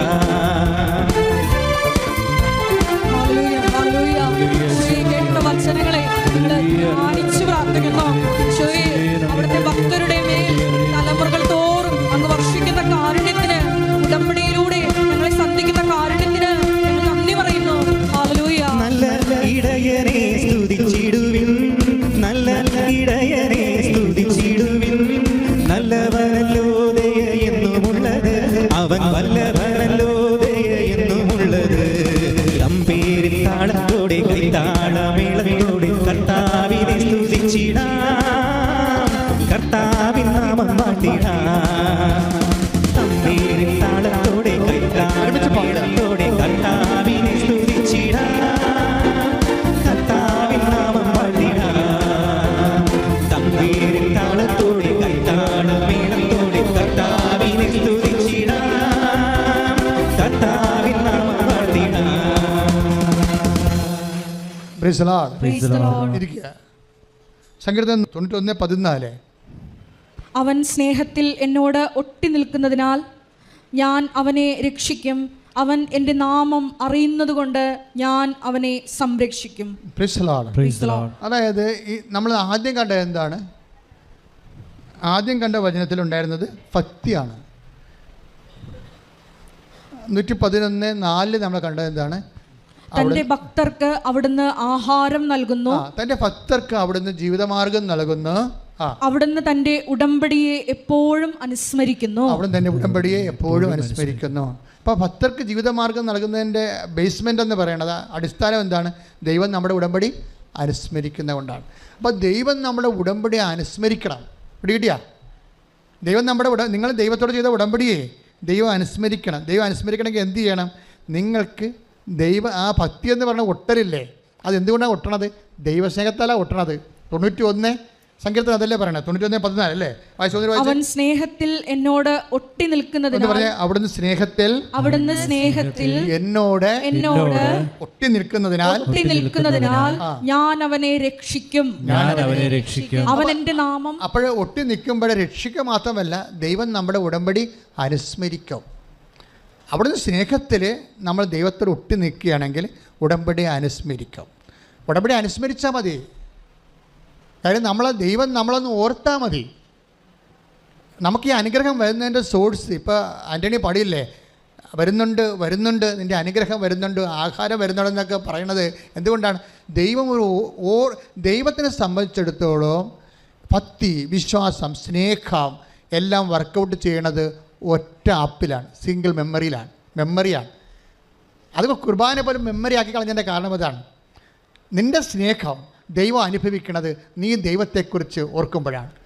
ദൈവത്തിൻ്റെ സ്നേഹം നീ അനുഭവിക്കുന്നതും നീ ദൈവത്തെക്കുറിച്ച് ഭക്തിയോടെ ഓർക്കുമ്പോഴാണ്. ഓർമ്മയാണ് ഇതിൻ്റെ ബേസ്മെൻ്റ് എല്ലാം. When we lost your memory, you lost your faith and your God. അതാണ് സത്യം. എന്നെങ്കിലും നീ ദൈവത്തിനെക്കുറിച്ചുള്ള ഓർമ്മ നിനക്ക് നഷ്ടമായാൽ അവിടെ വെച്ച് നീ ഭക്തനല്ലാതായി മാറും.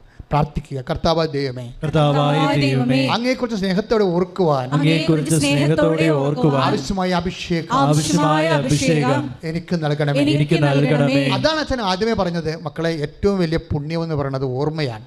ദൈവത്തെക്കുറിച്ച് ഓർക്കുമ്പോഴുണ്ടാകുന്ന ദൈവത്തെക്കുറിച്ച് നമ്മുടെ ജീവിത അവസ്ഥകളെ അടിസ്ഥാനപ്പെടുത്താതെ തന്നെ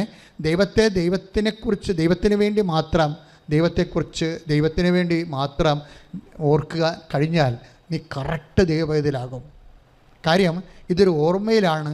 നീയും ദൈവവും തമ്മിലുള്ള റിലേഷൻസ് വർക്കൗട്ട് ചെയ്യണത് ഓർമ്മയുടെ അടിസ്ഥാനത്തിലാണ്. അതുകൊണ്ടാണ് ജീസസ് പറഞ്ഞത്, do this in memory of me, ഇതെൻ്റെ ഓർമ്മയ്ക്കായി ചെയ്യുവേൻ. ഇത് ഓർക്കുമ്പോഴെല്ലാം നമുക്ക് ചുമ്മാ ഇങ്ങനെ അപ്പം മുറിച്ച് ഓർക്കാൻ പറ്റത്തില്ല. അപ്പം മുറിക്കുമ്പോഴെല്ലാം നിങ്ങൾ ഓർക്കേണ്ടത്, take the word of God Saint Paul reference, ശ്രദ്ധിക്കേണ്ടത് ഇത് ചെയ്യുമ്പോഴെല്ലാം അവൻ്റെ പീഡാനുഭവത്തെക്കുറിച്ച് ഓർക്കുന്നു, അവൻ്റെ തിരുമരണത്തെക്കുറിച്ച് ഓർക്കുന്നു. ശ്രദ്ധിക്കട്ടെ. ഹല്ലേലൂയ, ഹല്ലേലൂയ, ഹല്ലേലൂയ.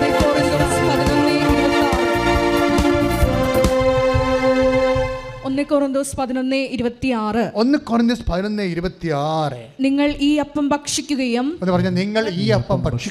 ഈ പാത്രത്തിൽ നിന്ന് പാനം ചെയ്യുകയും ചെയ്യുമ്പോഴെല്ലാം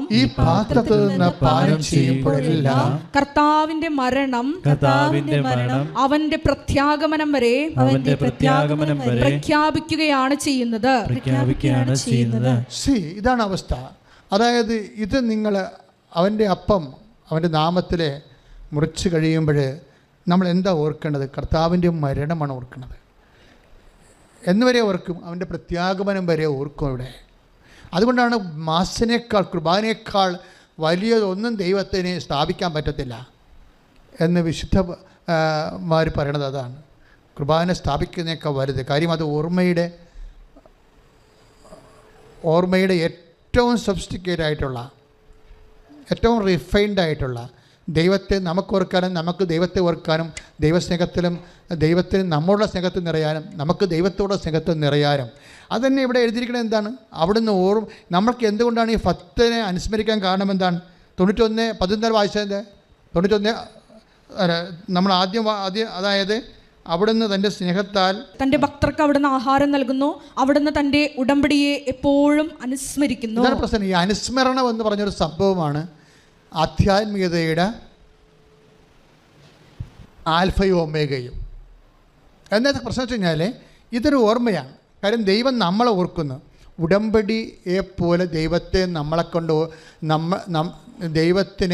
നമ്മളെ ഓർക്കാൻ പറ്റിയ ഒരു സംവിധാനമില്ല. നിങ്ങൾ ചോദിക്കുമ്പോൾ ഞങ്ങൾക്ക് IELTS പാസ്സാകണം, അതുപോലെ എന്തെങ്കിലും വസ്തു വിൽക്കണം എന്നൊക്കെ പറഞ്ഞുകൊണ്ട് എഴുതി പോകണല്ലേ, അതല്ല സംഭവം. It's A bilateral agreement. എന്ന് വെച്ചാൽ മനുഷ്യരാശിക്ക് ദൈവത്തിന് നമ്മളെ ഓർക്കാനും നമ്മൾക്ക് ദൈവത്തെ ഓർക്കാനും അതുവഴി ദൈവം നമ്മളുടെ സ്നേഹത്താൽ നിറഞ്ഞ് നമ്മളെ തനക്കെ അനുഗ്രഹിക്കാനും ഒക്കെയുള്ള ഒരു മെക്കാനിസം എന്ന് പറയുന്നത് ഓർമ്മയാണ്. അതിൻ്റെ പ്രശ്നം ആ ഓർമ്മ, അതാണ് ആ ഓർമ്മയെക്കുറിച്ചാണ് 111:4 പറയണത്. എന്താണ്? അവിടുന്ന് തൻ്റെ ഭക്തർക്ക് ആഹാരം നൽകുന്നു, ജീവിതമാർഗം നൽകുന്നു. പിന്നെ എന്താണ്? അവിടുന്ന് തൻ്റെ ഉടമ്പടിയെ എപ്പോഴും അനുസ്മരിക്കുന്നു.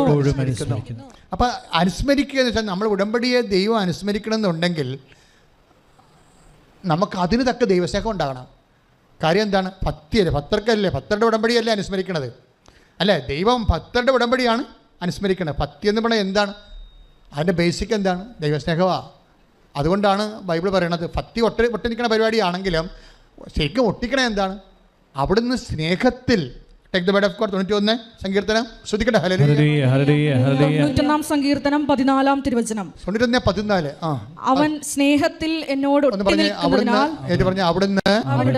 സ്നേഹത്തിൽ എന്നോട് ഒട്ടി നിൽക്കുന്നതിനാൽ ഞാൻ അവനെ രക്ഷിക്കും. രക്ഷ വരണതും സംരക്ഷണം വരണതും എല്ലാം വരണം എന്താണ്? നിന്റെ സ്നേഹത്തിൻ്റെ ലെവലനുസരിച്ചാണ്, ദൈവസ്നേഹത്തിൻ്റെ ലെവല്. അപ്പം അത് ഉടമ്പടി എൻ്റെ മക്കൾ ടാർഗറ്റ് ചെയ്യണത് ഞങ്ങൾ പറയുന്ന നിർദ്ദേശങ്ങളും നിബന്ധനകളും അച്ചിട്ടതുപോലെ എണ്ണി ഒപ്പിച്ച് അതുപോലെ ചെയ്താൽ അങ്ങനെ ഒരു പാകത്തിനിങ്ങനെ പാചകവിധിയല്ലേ ഉടമ്പടി, അല്ലേ? ഉടമ്പടി ഒരു പാചകവിധിയായിട്ട് പണിയെടുക്കാം, അല്ലേ? നമുക്ക് വേണമെങ്കിൽ ഒരു ഉണ്ട ചമ്മന്തി അരക്കണമെങ്കിൽ എന്തുമാത്രം തേങ്ങ വേണം, എന്തുമാത്രം മുളക് വേണം, എത്ര കഷ്ണം മാങ്ങ വേണം എന്നൊക്കെ ഒരു പാചകവിധിയുണ്ട്. അതുപോലെ നിനക്ക് അനുഗ്രഹം കിട്ടണമെങ്കിൽ 5 രോഗികളെ കാണണം, 10 പേർക്ക് ഭക്ഷണം കൊടുക്കണം. അങ്ങനെ പാചകവിധിയല്ല ഉടമ്പടി. ഉടമ്പടി ദൈവസ്നേഹമാണ് വിഷയം. നീ ഉടമ്പടിയിലായിരിക്കുന്ന വ്യക്തിയുടെ ദൈവസ്നേഹത്തിൽ കൂടുന്നുണ്ടോ എന്ന് നോക്കണം. അല്ല നീ ചെയ്യണ കാര്യങ്ങളല്ല, നീ ചെയ്യണ കാര്യം സാങ്കേതികമായിട്ടാണെങ്കിൽ എന്ത് ചെയ്യും? ദൈവസ്നേഹം ഇല്ലാതെ സാങ്കേതികമായിട്ടാണ് ചെയ്യണമെങ്കിൽ വർക്കൗട്ട് ചെയ്യത്തില്ല. അത് ഒന്ന് കുറഞ്ഞ ദിവസം പറയുന്നില്ല, നീ മാലാഖമാരുടെ ഭാഷയെ സംസാരിച്ചാൽ പോലും സ്നേഹമില്ലെങ്കിൽ അതൊക്കെ ശൂന്യം. ശ്രുതിക്കട്ടെ. ഹല്ലേലൂയ. Take the word of God. ഹല്ലേലൂയ ഹല്ലേലൂയ ഹല്ലേലൂയ ഹല്ലേലൂയ ഹല്ലേലൂയ. യേശുവേ ആരാധന, യേശുവേ നന്ദി, യേശുവേ നന്ദി, യേശുവേ മഹത്വം. ഹല്ലേലൂയ ഹല്ലേലൂയ ഹല്ലേലൂയ. 1 കൊരിന്തോസ് 13:1 ഞാൻ മനുഷ്യരുടെയും ദൈവദൂതന്മാരുടെയും ഭാഷകളിൽ സംസാരിച്ചാലും എനിക്ക് സ്നേഹമില്ലെങ്കിൽ ഞാൻ മുഴങ്ങുന്ന ചേങ്ങലയോ ചിലമ്പുന്ന കൈത്താളമോ ആണ്. അതായത് പൗലോസ് അത്ര വലിയ കവിയല്ലായിരുന്നു. കാര്യം മുഴങ്ങുന്ന ചേങ്ങലക്കും ചിലമ്പിനുമൊക്കെ ഒരു താളമുണ്ട്.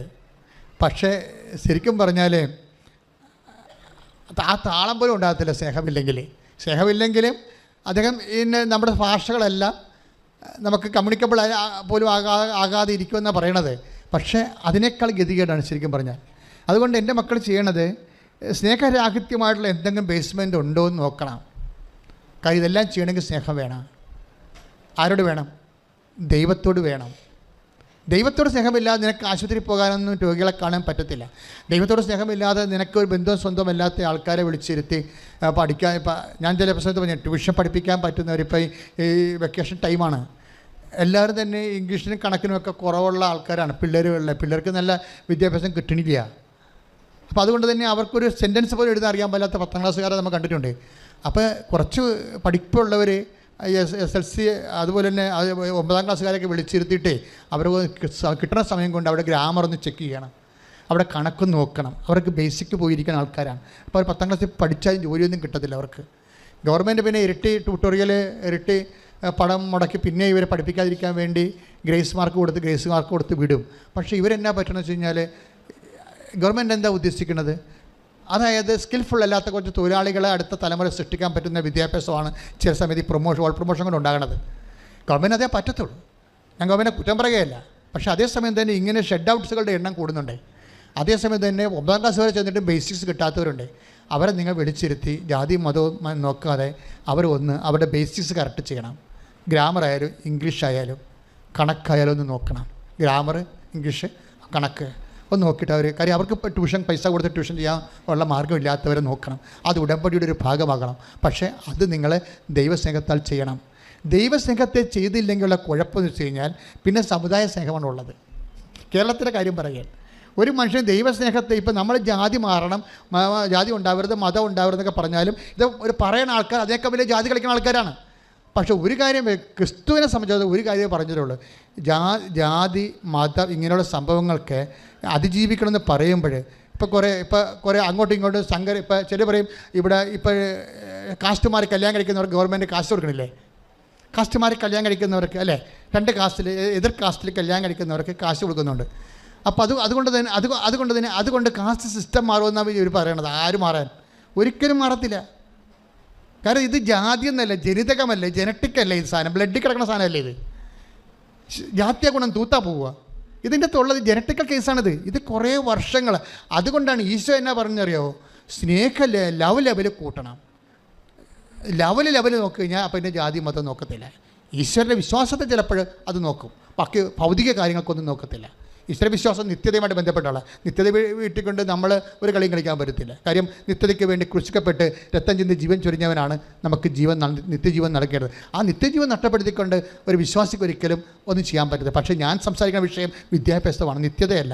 അനുദിന ജീവിതത്തിലെ ഭൗതിക ജീവിത സാഹചര്യങ്ങളാണ്. ഭൗതിക ജീവിത സാഹചര്യങ്ങളുടെ കൊടുക്കലും മെഡിക്കലും ഒക്കെ വരണതെല്ലാം ഒരു മനുഷ്യൻ്റെ സ്നേഹ ലെവലിൽ കൂടുമ്പോഴാണ്. അതുകൊണ്ട് ഈശോ എന്നാ ചെയ്യുന്നറിയാവോ, എന്നെ നിങ്ങൾ സ്നേഹിക്കണം. എന്തിനാണെന്നറിയാവോ, എല്ലാത്തേക്കാളും ഒരു ദൈവത്തെ സ്നേഹിക്കണമെന്ന് പറഞ്ഞില്ലേ? അതെന്തിനാണ് അങ്ങനെ പറഞ്ഞിരിക്കുന്നത്? എന്തിനാണ്? എല്ലാത്തിനേക്കാളും ഉപരി നമ്മൾ ദൈവത്തെ സ്നേഹിച്ചു കഴിഞ്ഞാൽ ദൈവത്തിനെ സ്നേഹിക്കുന്ന പോലെ തന്നെ നമുക്ക് മനുഷ്യരെ സ്നേഹിക്കാം, ജാതി മതം നോക്കാതെ. അതുകൊണ്ട് എന്ത് പറഞ്ഞു, ഞാൻ രോഗിയാണെന്നല്ല ഈശോ പറഞ്ഞത്.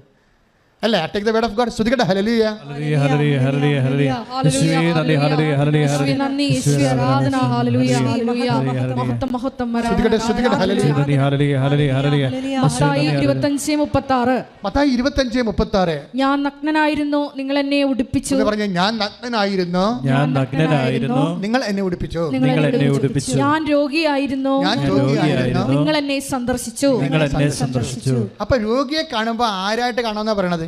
ക്രിസ്തുവായിട്ട് കാണണമെന്നാണ് പറയണത്. മനസ്സിലായില്ലേ? അതാണ് വിഷയം. എല്ലാത്തിനേക്കാളും ഉപരി ക്രിസ്തുവിനെ സ്നേഹിക്കാൻ പറഞ്ഞു കഴിഞ്ഞാൽ നമുക്ക് ദൈവസ്നേഹം വർദ്ധിക്കുന്ന അനുസരിച്ച് കൊണ്ട് പിന്നെ എന്താ പറയണത്? അത് നേരെ തിരിച്ചു വരും. എങ്ങനെ തിരിച്ചു വരും? നമ്മൾ രോഗിനെ കാണുമ്പോൾ നമ്മൾ എല്ലാത്തിനേക്കാളും ഉപരി ക്രിസ്തുവിനെ സ്നേഹിക്കുമ്പോൾ ആ എല്ലാത്തിനേക്കാളും ഉപരി ക്രിസ്തുവിന് കൊടുക്കുന്ന സ്നേഹം ആർക്ക് കൊടുക്കും? നമ്മൾ ഞാൻ ക്രിസ്തുവിനെ രോഗിയായിട്ട് കാണുമ്പോൾ നമ്മൾ എന്ത് ചെയ്യും? ഇപ്പോൾ രോഗിനെ ക്രിസ്തുവായിട്ട് കാണുമ്പോൾ എന്ത് ചെയ്യും? നമ്മളെല്ലാത്തിനേക്കാളും ഉപരി ക്രിസ്തുവിനെ സ്നേഹിക്കുന്നു. ആ സ്നേഹം തന്നെ ക്രിസ്തുവിന് കൊടുക്കുന്ന ആ ബഹുമാനവും ആദരവും സ്നേഹവും നമ്മൾ ആർക്ക് കൊടുക്കും? രോഗികൾക്ക് കൊടുക്കും. മനസ്സിലായ? അവരെന്ത് ജാതിയായാലും എന്ത് അവസ്ഥയായാലും ആ ദൈവത്തിന് കൊടുക്കുന്ന അതേ നിലവാരം ആ രോഗികൾക്ക് കൊടുക്കും. ഇത് സുഖമാണ് സുവിശേഷത്തിൻ്റെ കാഴ്ചപ്പാട്. ആരെയും തല്ലാനും കൊല്ലാനും ഒന്നും പറയണില്ല. തളർന്നു കിടക്കുന്നവനെ താങ്ങാനുള്ള ദൈവസ്നേഹം ഉണ്ടാകാൻ വേണ്ടിയാണ് ക്രിസ്തു ക്രൂശിക്കപ്പെട്ട കാലമാണ് നോൻപ് കാലം. ശ്രദ്ധിക്കട്ടെ. ഹല്ലേലൂയ ഹല്ലേലൂയ ഹല്ലേലൂയ യേശുവേ നന്ദി ഹല്ലേലൂയ ഹല്ലേലൂയ ഹല്ലേലൂയ ഹല്ലേലൂയ യേശുവേ നന്ദി ഹല്ലേലൂയ ദൈവസ്നേഹത്തോടെ ചെയ്യുവാൻ ഞങ്ങളെ അഭിഷേകം ചെയ്യണമേ. പുണ്യസ്മരണയിലേ തീയായി നാവിൽ പടരാനായി ദൈവമിതാ തിരുവോസ്തിയായി രൂപം പ്രാപിച്ചണയുന്നു. തിരുരക്തത്തിൻ ചോരിമയാൽ നിന്നണയുന്നു. ഉള്ളിൽ തീയായിരിക്കുന്ന ദിവ്യകാരുണ്യച്ചൂടിൽ പാപത്തിൻ ചാപങ്ങളെരിയണം. സ്നേഹത്തിൻ തീനാളം പടരണം. ദിവ്യകാരുണ്യമേ ദൈവമേ, ദിവ്യകാരുണ്യമേ സ്നേഹമേ, ദിവ്യകാരുണ്യമായി എന്നെ തേടിയെത്തുന്ന യേശു അങ്ങേ ഞാൻ ആരാധിക്കുന്നു. ആനന്ദത്തോടുൾക്കൊണ്ടിടുന്നു. ദിവ്യകാരുണ്യമായി എന്നെ തേടിയെത്തുന്ന യേശു അങ്ങേ ഞാൻ ആരാധിക്കുന്നു. ആനന്ദത്തോടുൾക്കൊണ്ടിടുന്നു. പരിശുദ്ധ പരമ ദിവ്യകാരുണ്യത്തിന് നേരവും ആരാധനയും സ്തുതിയും പുകഴ്ചയും ഉണ്ടായിരിക്കട്ടെ. അപ്പോൾ ഉടമ്പടിയിൽ നമ്മൾക്ക് ഉടമ്പടി എപ്പോഴും പുഷ്പിക്കുന്നത് ദൈവസ്നേഹത്തിലാണ്. ഇപ്പോൾ നിങ്ങൾ ടെക്നിക്കലായിട്ടും താത്വിക ഇങ്ങനെ സാങ്കേതികമായിട്ടും വിഷയങ്ങൾ ചെയ്താൽ അത് ഡ്രൈ ഉടമ്പടി എന്ന് പറയും. Dry covenant. നിങ്ങൾ പല ആൾക്കാരും ചെയ്യുന്നത് ഡ്രൈ കവനൻ്റാണ്. ഞാൻ എപ്പോഴും ഡ്രൈ കവനൻ്റ് എന്ന് പറയാം. എന്നാൽ ഡ്രൈ കവനൻ്റ് ഞങ്ങൾ കുർബാന ചൊല്ലുന്ന പട്ടക്കിടുന്ന മുമ്പ് ഡ്രൈ മാസം നടത്തുമായിരുന്നു. കഴിഞ്ഞ പ്രാവശ്യം ഞാനത് പറഞ്ഞായിരുന്നു. ഇപ്പോഴും ഞാനത് പറയുകയാണ്. ഡ്രൈ മാസം എന്ന് പറഞ്ഞാൽ എന്താണ്? ഒസ്തി പിന്നൊക്കെ എടുത്തിട്ട് കുർബാനയുടെ പ്രാർത്ഥനകളൊക്കെ ചൊല്ലിക്കൊടുക്കും. പട്ടം കിട്ടിയിട്ടില്ല, അത് ചൊല്ലി പഠിക്കുകയാണ്. അതുകൊണ്ട് എന്താ പറ്റും? നമ്മൾ എത്ര വാഴ്ത്തിയാലും ഈ ഗോതമ്പപ്പം ഈശോയുടെ ശരീരമായി മാറത്തില്ല. ചിലത് എത്ര ഉടമ്പടി രോഗികളെ കണ്ടാലും ദൈവസ്നേഹം വർക്കൗട്ട് ചെയ്യത്തില്ല. ഡ്രൈ കവനൻ്റാണ്. ദൈവസ്നേഹം ഇല്ലാതെ നിങ്ങൾ എന്ത് ഉടമ്പടി പ്രകാരം ആതുര സേവനങ്ങൾ ചെയ്താലും, കാര്യം ദൈവസ്നേഹം ഉണ്ടെങ്കിൽ അവസരം കാണുമ്പോൾ ദൈവമായിട്ട് തോന്നണം. അതാണ് എൻ്റെ ഭക്തി എന്ന് പറയുന്നത്. അതാണ് ഞാനെന്ന് പറയണത്. അല്ലെങ്കിൽ ഈശോക്ക് രോഗികളെ ശുശ്രൂഷിക്കണം എന്ന് പറഞ്ഞാൽ മതി. അങ്ങനെയല്ല, ഞാൻ രോഗിയായിരുന്നു എന്നാണ് പറയണത്. ദാറ്റ് മീൻസ് എല്ലാത്തിനുപരി ദൈവത്തെ സ്നേഹിക്കാൻ പറഞ്ഞ ദൈവം തന്നെ സ്നേഹിച്ചിട്ട് ചില പറയുമേ ദൈവം എന്ത് സ്വാർത്ഥനാണ്, എല്ലാത്തിനേക്കാൾ ഉപരി ദൈവത്തെ സ്നേഹിക്കാൻ പറഞ്ഞിരിക്കണം. ഇതൊരിക്കലും നമുക്ക് വേറെ മനുഷ്യന് വേറെ പണിയൊന്നുമില്ല. യുക്തിവാദികളൊക്കെ പറയത്തില്ലേ ദൈവത്തെ സ്നേഹിക്കുക, ദൈവത്തെ സ്നേഹിക്കുക. അപ്പോൾ ദൈവത്തെ സ്നേഹിക്കുമ്പോൾ ആ സ്നേഹിക്കാൻ വേണ്ടി ജനങ്ങളെ നിർബന്ധിക്കണം ദൈവം എന്തൊരു സ്വാർത്ഥനാണ്. പക്ഷേ അതെന്താ സംഭവം? നമ്മൾ ദൈവത്തെ സമ്പൂർണ്ണമായി എല്ലാത്തേക്കാളും ഉപരി സ്നേഹിച്ച് കഴിയുമ്പോൾ അടുത്ത കൽപ്പന പറയും. എന്താണ്? ഞാൻ രോഗിയായിരുന്നു, ഞാൻ നഗ്നനായിരുന്നു, നിങ്ങൾ എന്നെ ഉടുപ്പിച്ചു. അപ്പം നഗ്നനും രോഗിയും പാവപ്പെട്ടവനും എന്ന് വെച്ച് കഴിഞ്ഞാൽ ജീവിത നിലവാരങ്ങളിൽ നിൻ്റെ ഒപ്പം നടന്നു കയറാൻ പറ്റാത്തവർ ആരുണ്ട്? അവർക്ക് നീ സഹായിക്കാൻ ചെല്ലുമ്പോൾ നിൻ്റെ ബന്ധുവാണോ, സ്വന്തമാണോ, ജാതിക്കാരനാണോ, സമുദായക്കാരനാണോ നോക്കും. അങ്ങനെ നോക്കരുത്, ഞാനാണെന്ന് കണ്ടാൽ മതിയെന്ന്. ശ്രദ്ധിക്കട്ടെ. ഹല്ലേലൂയ ഹല്ലേലൂയ ഹല്ലേലൂയ യേശുവേ നന്ദി. ഹല്ലേലൂയ ഹല്ലേലൂയ നിന്നെ കണ്ട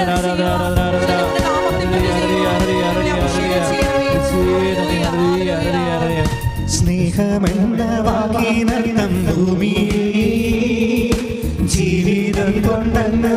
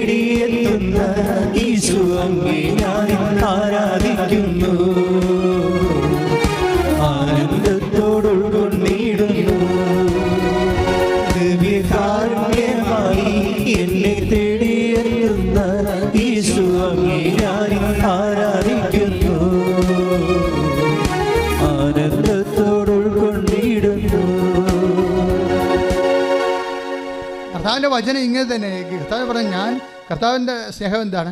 കർത്താവ് നേരത്തെ പറഞ്ഞിട്ടുണ്ട്, ഞാൻ ജാതിയോ മതമോ ബന്ധുവോ സ്വന്തമോ ഒന്നും നോക്കിയല്ല ആൾക്കാരെ സ്നേഹിക്കണമെന്ന്. അതെന്താ പറയുക? എനിക്ക് ഇഷ്ടമുള്ളവരോട് എനിക്ക് കാരുണ്യം കാണിക്കാം. അത് ഇഷ്ടത്തിൻ്റെ പേരിലാണ്, ജാതിയുടെ പേരിലല്ല, മതത്തിൻ്റെ പേരിലല്ല, സമുദായത്തിൻ്റെ പേരിലല്ല. ദൈവത്തിൻ്റെ കൃപയും അനുഗ്രഹവും നിനക്ക് ലഭിക്കുന്നത് ദൈവത്തിന് നിന്നോട് ഇഷ്ടം തോന്നുന്നതിൻ്റെ പേരിലാണ്. ഞാൻ പറഞ്ഞ മനസ്സിലാകുന്ന നിങ്ങൾക്ക്, ഈ ഉടമ്പടി എടുത്തിരിക്കുന്ന കക്ഷികളെ നിങ്ങൾക്ക് ഇത് വർക്കൗട്ട് ചെയ്യുമ്പോൾ ദൈവത്തിന് നിങ്ങളോട് ഇഷ്ടം തോന്നുന്നതാണ് ഈ പറഞ്ഞതിൻ്റെ അർത്ഥം. ക്ലിയർ അല്ലേ? വേറെ ഒന്നും ചിന്തിച്ച് കളി കയറേണ്ട കാര്യമില്ല. ഞാൻ നിങ്ങൾ പറഞ്ഞ് ഇത്രയും, അതായത് ഈ ഉടമ്പടി എടുത്തിരിക്കുന്ന കക്ഷികളോട് ദൈവത്തിന് ഇഷ്ടം തോന്നണം. എന്താ കാരണം? ഈ ദൈവസ്നേഹം രൂപപ്പെടുത്തി വന്നാൽ, അത് ഉടമ്പടി ബേസ്മെൻറ്റിലാണല്ലോ ദൈവസ്നേഹം നമ്മളിൽ രൂപപ്പെടുത്തി വരണത്. കാര്യം അത് പത്തിയിൽ അടിസ്ഥാനമാണ്. പത്തി ദൈവസ്നേഹത്താൽ ഒട്ടുന്ന വിഷയമാണെന്ന് സങ്കീർത്തനം 91:14 പറഞ്ഞില്ലേ? അപ്പോഴേ ഈ ഉടമ്പടിയിൽ ലക്ഷ്യം എന്താണ്? ദൈവസ്നേഹം വർദ്ധിപ്പിക്കുക. അപ്പോഴെന്ത് പറ്റും? നിനക്ക് ദൈവത്തിന് നിന്നോട് ഇഷ്ടം തോന്നും. കാര്യം ദൈവത്തിനെ സംബന്ധിച്ചിടത്തോളം വേറെ ഒരു ഗ്രൗണ്ടും ഇല്ല. എന്താണ്? എനിക്ക് ഇഷ്ടമുള്ളവരോട് അങ്ങനെ ഒരു വചനമുണ്ട്. എന്താ വചനം? സങ്കീർത്തനം റോമ 9:15 എടുത്ത് ശ്രദ്ധിക്കട്ടെ.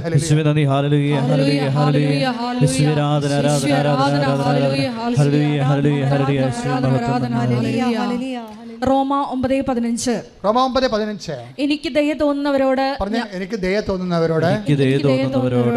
ഞാൻ ദയ കാണിക്കും. എനിക്ക് അനുകമ്പ തോന്നുന്നവരോട് അനുകമ്പയും എന്ന് അവിടുന്ന് മോശയോട് അരുളി ചെയ്യുന്നു. അപ്പോൾ ഇതാണ് വിഷയം. ഇപ്പം നമ്മൾ ഉടമ്പടി എടുത്തു. ഇനി എന്താണ് ഓപ്ഷൻ? പന്ത് കർത്താവിൻ്റെ കോട്ടിലാണ്. എന്താ ദൈവത്തിൻ്റെ നിലപാടെന്താണ്? എനിക്ക് ദയ തോന്നുന്നവരോട് ഞാൻ ദയ കാണിക്കാം. പിന്നെന്താ പറഞ്ഞിരിക്കണത്?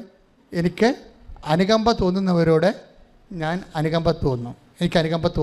അപ്പോൾ ഇനിയിപ്പോൾ ഇത് ക്വസ്റ്റ്യൻ ഔട്ടായി കഴിഞ്ഞാൽ ഇനി നമ്മൾ ആൻസർ നമ്മളായി പറയേണ്ടത്.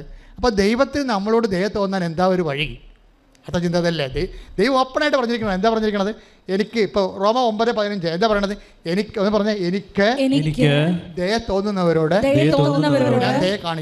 ദയ കാണിക്കും. എനിക്ക് അനുകമ്പ തോന്നുന്നവരോട് ഞാൻ അനുകമ്പ കാണിക്കും. അപ്പോൾ ഇങ്ങനെ നിൽക്കുമ്പോഴേ നമുക്ക് മനസ്സിലാവും ദൈവത്തിൻ്റെ ദയ ദൈവം നമ്മോട് തോന്നണമെങ്കിൽ നമ്മൾ എന്ത് ചെയ്യണം. അപ്പോൾ ക്ലിയർ ആയില്ലേ സംഭവം? ദൈവത്തിൻ്റെ ദയ നമ്മളോട് ഇപ്പം നമുക്ക് ഉടമ്പടി വർക്കൗട്ട് ചെയ്യണം എന്ത് ഗ്രൗണ്ടിലാണ്? Not by merit but by grace. അപ്പോൾ യോഗ്യത കൊണ്ടല്ല, ദയ കൊണ്ടാണ്, അനുകമ്പ കൊണ്ടാണെന്ന് വ്യക്തമല്ലേ? ശോഭയ്ക്ക് കിട്ടിയതും അതുപോലെ അഞ്ചു ആനിന് കിട്ടിയതും എന്താണ്? അനുകമ്പയും ദയമാണ് കിട്ടിയിരിക്കുന്നത് ഉടമ്പടി വഴി. അങ്ങനെ ദൈവത്തിന് ഉടമ്പടി പ്രകാരം എന്നോട് ദയ തോന്നണമെങ്കിൽ, എന്നോട് അനുകമ്പ തോന്നണമെങ്കിൽ ഞാൻ എന്ത് ചെയ്യണം? കാര്യം എന്താണ്? ദൈവത്തിൻ്റെ സ്റ്റാൻഡിങ് നിലപാട് എന്താണ്? എനിക്ക് ഇഷ്ടമുള്ളവരോട് ഞാൻ അനുകമ്പ തോന്നുന്നവരോട് അനുകമ്പ തോന്നും. എനിക്ക് ദയ തോന്നുന്നവരോട് ഞാൻ ദയ കാണിക്കും. ഇന്ന വ്യക്തിയോ പർട്ടിക്കുലർ വ്യക്തിയൊന്നുമില്ല. പിന്നെ നമ്മുടെ ഭാഗത്താണ് ബോൾ വരേണ്ടത്. ബോൾ വന്നാൽ പിന്നെ എന്ത് ചെയ്യും? ദൈവത്തിൻ്റെ ദയ നമ്മളോട് തോന്നാൻ നമ്മൾ എന്ത് ചെയ്യണം? First question. അടുത്ത ക്വസ്റ്റൻ അതല്ലേ? ഉടമ്പടി വർക്കൗട്ട് ചെയ്യണം ഇങ്ങനെയാണ്. എന്നോട് ദൈവത്തിന് ദയ തോന്നാൻ ഞാൻ എന്ത് ചെയ്യണം? എന്നോട് എൻ്റെ കുടുംബത്തോട് അനുകമ്പ തോന്നാൻ ഞാൻ എന്ത് ചെയ്യണം? 9:16 വായിച്ച് ശ്രദ്ധിക്കട്ടെ. റോമ 9:16 അതുകൊണ്ട് മനുഷ്യന്റെ ആഗ്രഹമോ പ്രയത്നമോ അല്ല, ദൈവത്തിന്റെ ദയയാണ് എല്ലാറ്റിന്റെയും അടിസ്ഥാനം. നമ്മൾ ആഗ്രഹിച്ചത് കൊണ്ട് ഇത് വർക്കൗട്ട് ചെയ്യത്തില്ല. ഇനി പ്രയത്നിച്ചത് കൊണ്ടും ആ പ്രയത്നത്തിൻ്റെ പിന്നിൽ ഇപ്പം ഞാൻ പറഞ്ഞു സാങ്കേതികമായി പ്രവർത്തിക്കാം. 10 പത്രം മേടിച്ചിട്ട് ഓരോരുത്തരും കൊടുത്ത് അങ്ങനെ പ്രവർത്തിക്കാൻ പറ്റും. രോഗികളെ പോയി കാണാം. അങ്ങനെ സാങ്കേതികമായി നമുക്ക് പ്രവർത്തിക്കാം.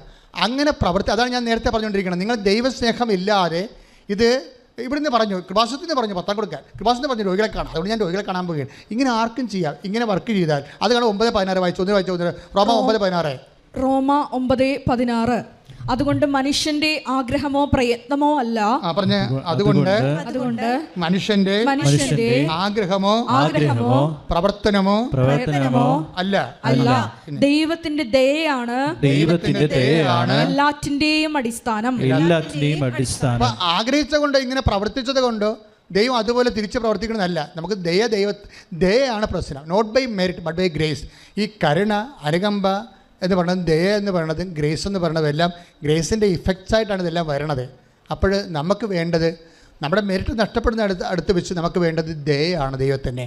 അത് ഗ്രേസ് എന്ന് ചില സമയത്ത് പറയും, ചില സമയത്ത് കരുണയെന്ന് പറയും, ചില സമയത്ത് നമ്മൾ ദൈവത്തിൻ്റെ അനുകമ്പയെന്ന് പറയും. എന്താ നമുക്കതാ വേണ്ടത്. അങ്ങനെ വരുന്ന സമയത്ത് നമുക്കതെങ്ങനെ ആർജിക്കാൻ പറ്റുമെന്നാണ് സങ്കീർത്തനം 103:18. ശ്രുതികട്ടെ ഹല്ലേലൂയ. ഹല്ലേലൂയ ഹല്ലേലൂയ ഹല്ലേലൂയ യേശുവേ നന്ദി. Hallelujah hallelujah.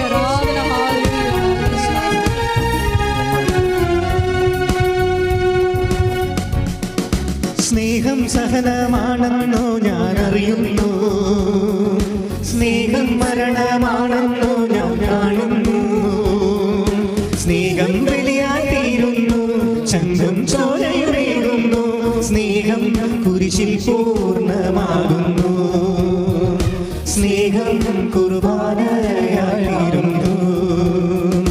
ദിവ്യകാരുണ്യമേ ദൈവമേ, ദിവ്യകാരുണ്യമേ സ്നേഹമേ, ദിവ്യകാരുണ്യമായി എന്നെ തേടിയെത്തുന്ന യേശു അങ്ങേ ഞാൻ ഇന്ന് ആരാധിക്കുന്നു,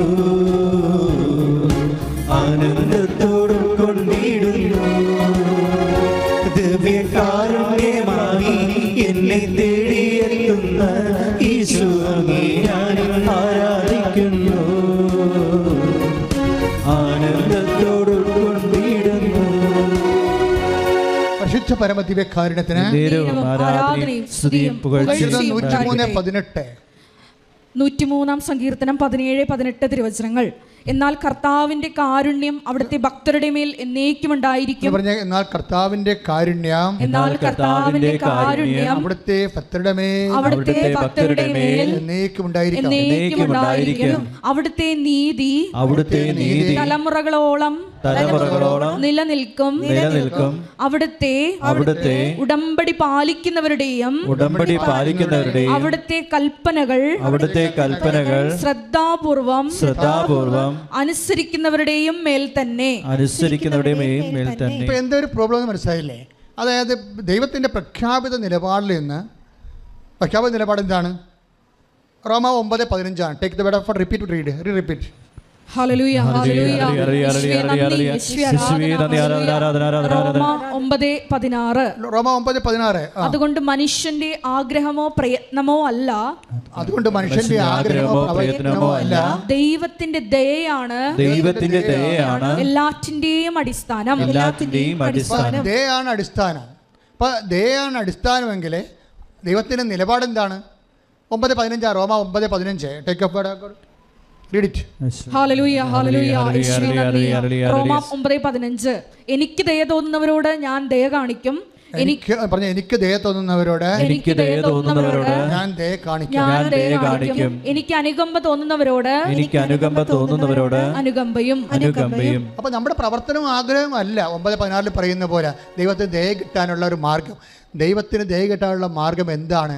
അതാണ് സങ്കീർത്തനം 103:18 പറയുന്നത്. എന്താണത്?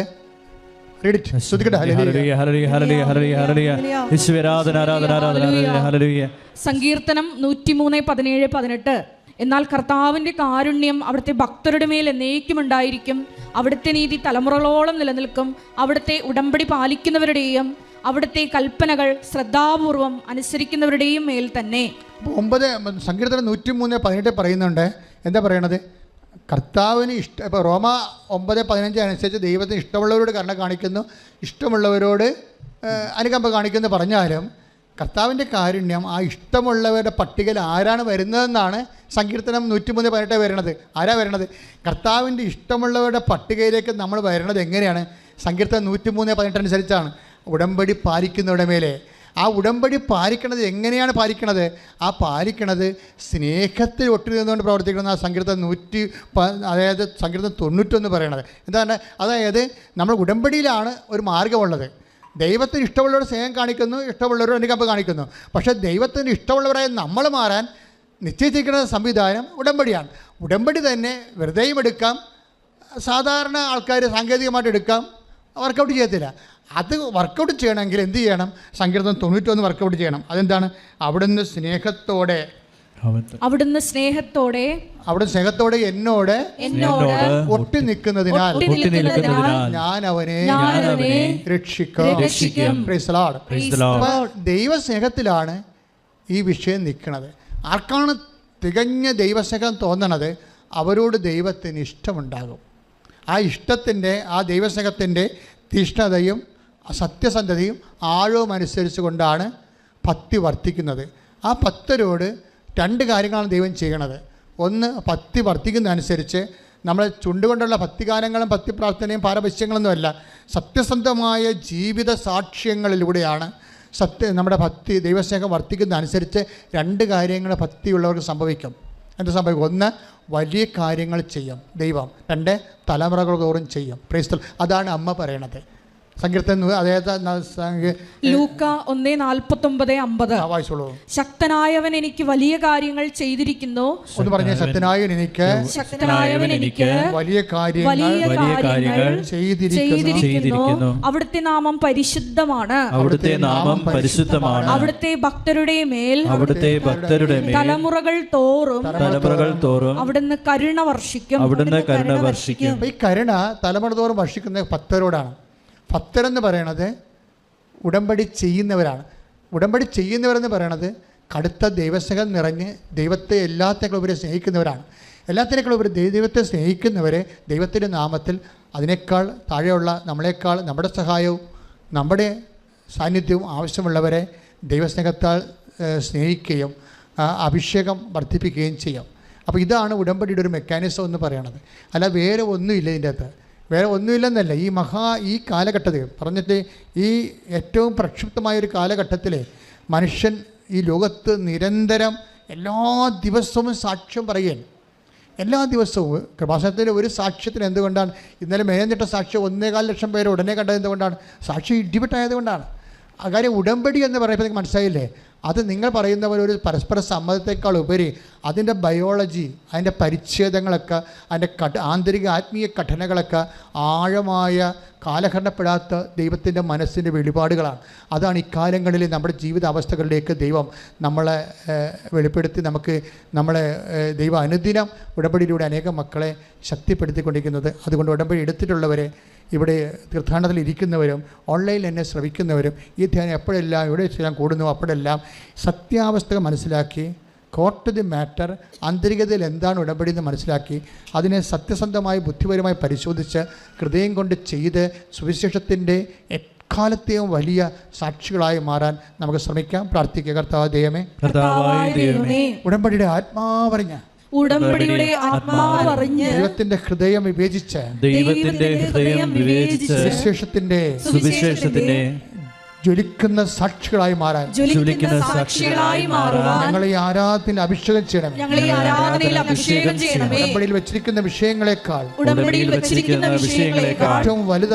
ഏറ്റവും വലുതാണ് ദൈവവും ഞാനുമായിട്ടുള്ള സ്നേഹബന്ധം. എന്ന സത്യം തിരിച്ചറിഞ്ഞ ദൈവത്തിൽ അഭയം പ്രാപിക്കാൻ ജീവിക്കാൻ പരിശുദ്ധമ്മയുടെ മാധ്യസ്ഥത്തിലെ നാമത്തിൽ പരമപിതാവേ മഹത്വം ഉണ്ടായിരിക്കട്ടെ. ഹല്ലേലൂയ. യേശുവേ നന്ദി. ഹല്ലേലൂയ ഹല്ലേലൂയ ഹല്ലേലൂയ. യേശുവേ നന്ദി. ഹല്ലേലൂയ ഹല്ലേലൂയ ഹല്ലേലൂയ.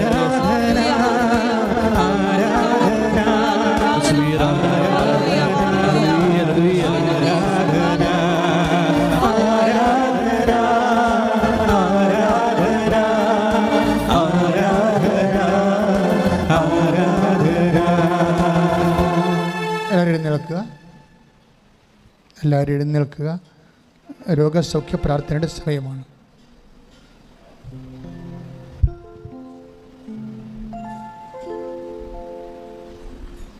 എൻ്റെ മക്കളെ, നിങ്ങൾ രോഗങ്ങളെല്ലാം ഓർക്കുന്ന ഓരോ രോഗങ്ങളെ അച്ഛൻ പ്രാർത്ഥിച്ചുകൊണ്ടിരിക്കുന്ന രോഗസ്ഥലങ്ങളെല്ലാം നിങ്ങൾ കൈകളെ മാറ്റി യേശുവേ സ്വസ്ത്രം, യേശുവേ നന്ദി, യേശുവേ ആരാധന എന്ന് പറഞ്ഞുകൊണ്ട്, അല്ലെങ്കിൽ വിശ്വാസപ്രമാണം അറിയാവുന്നൊരു വിശ്വാസപ്രമാണം ചൊല്ലിക്കൊണ്ട്, വിശ്വാസപ്രമാണം അറിയാൻ പാടില്ലാത്തവരെ യേശുവേ സ്വസ്ത്രം, യേശുവേ ആരാധന, യേശുവേ നന്ദി എന്ന് ഉൾക്കൊഴിച്ചുകൊണ്ട് ദൈവത്തെ സ്തുതിച്ചുകൊണ്ട് സൗഖ്യം നേടുക. സ്തുതിക്കട്ടെ. ഹല്ലേലൂയ യേശുവിന്റെ ഉന്നതമായ നാമത്തിന് സ്തോത്രം ചെയ്യുന്നു. കർത്താവേ, നിന്റെ വിശുദ്ധ പൗരോഹിത്യത്തെ മഹത്വപ്പെടുത്തണമേ എന്ന് പ്രാർത്ഥിക്കുന്ന കർത്താവേ, സഭയിലുള്ള സാന്നിധ്യം പ്രകടമാക്കണമേ എന്ന് പ്രാർത്ഥിക്കുന്നു. ദൈവത്തിൻ്റെ കരുണ മക്കളിലേക്ക് ആവശ്യിക്കട്ടെ. കർത്താവിൻ്റെ കരുണ മക്കളിലേക്ക് ആവശ്യിക്കട്ടെ. എൻ്റെ കർത്താവിൻ്റെ ഉന്നതമായ നാമത്തിൽ, സഭയുടെ അധികാരത്തിൽ, കുരിശിൻ്റെ അടയാളത്തിൽ, ദൈവത്തിൻ്റെ ശക്തി ഞാൻ മക്കൾക്ക് വേണ്ടി പ്രാർത്ഥിക്കുന്ന ഈശോ. വിശുദ്ധ പൗരോഹിത്യത്തെ മഹത്വപ്പെടുത്തണമേ കർത്താവെ. ശ്രദ്ധിക്കട്ടെ, സാന്നിധ്യം പ്രകടമാക്കട്ടെ. കർത്താവിൻ്റെ ഉന്നതമായ നാമത്തിന് സ്വസ്ത്രം ചെയ്യുന്ന കർത്താവിൻ്റെ തിരുമുറിവാർന്ന വലതുകരം ഓരോ മകൻ്റെ ശിരസ്സിനും മകളുടെ ശിരസ്സിനും വെക്കണമേ എന്ന് പ്രാർത്ഥിക്കുന്ന ഈശോയെ. ഉദരരോഗികളെ സ്പർശിക്കണം പ്രാർത്ഥിക്കുന്ന കർത്താവ്. അടിപ്പിണർ പോലെ വൈദ്യാഘാതം പോലെ ദൈവികമായ ശക്തി കർത്താവ്. ശ്വാസകോശ രോഗികളിലെ, ഹൃദയ രോഗികൾ, കരൾ രോഗികൾ, കിഡ്നി രോഗികൾ, ആന്തരിക അവയവങ്ങളിൽ എവിടെയെല്ലാം രോഗങ്ങളുണ്ട് എവിടെയെല്ലാം വൈറസ്, നെഗറ്റീവായിട്ട് ബാക്ടീരിയ പ്രവർത്തിക്കുന്നുണ്ട്, എവിടെയെല്ലാം ഇൻഫെക്ഷൻ ഉണ്ട്, അവിടെയെല്ലാം കർത്താവിൻ്റെ വിശുദ്ധമായ രക്തത്തെ കഴുകട്ടെ. യേശുവിൻ്റെ ഉന്നതമായ നാമത്തിൽ, സഭയുടെ അധികാരത്തിൽ, കുരിശിൻ്റെ അടയാളത്തിൽ, ദൈവശക്തിയാൽ നീ സൗഖ്യം പ്രാപിക്കട്ടെ. ശ്രദ്ധിക്കട്ടെ.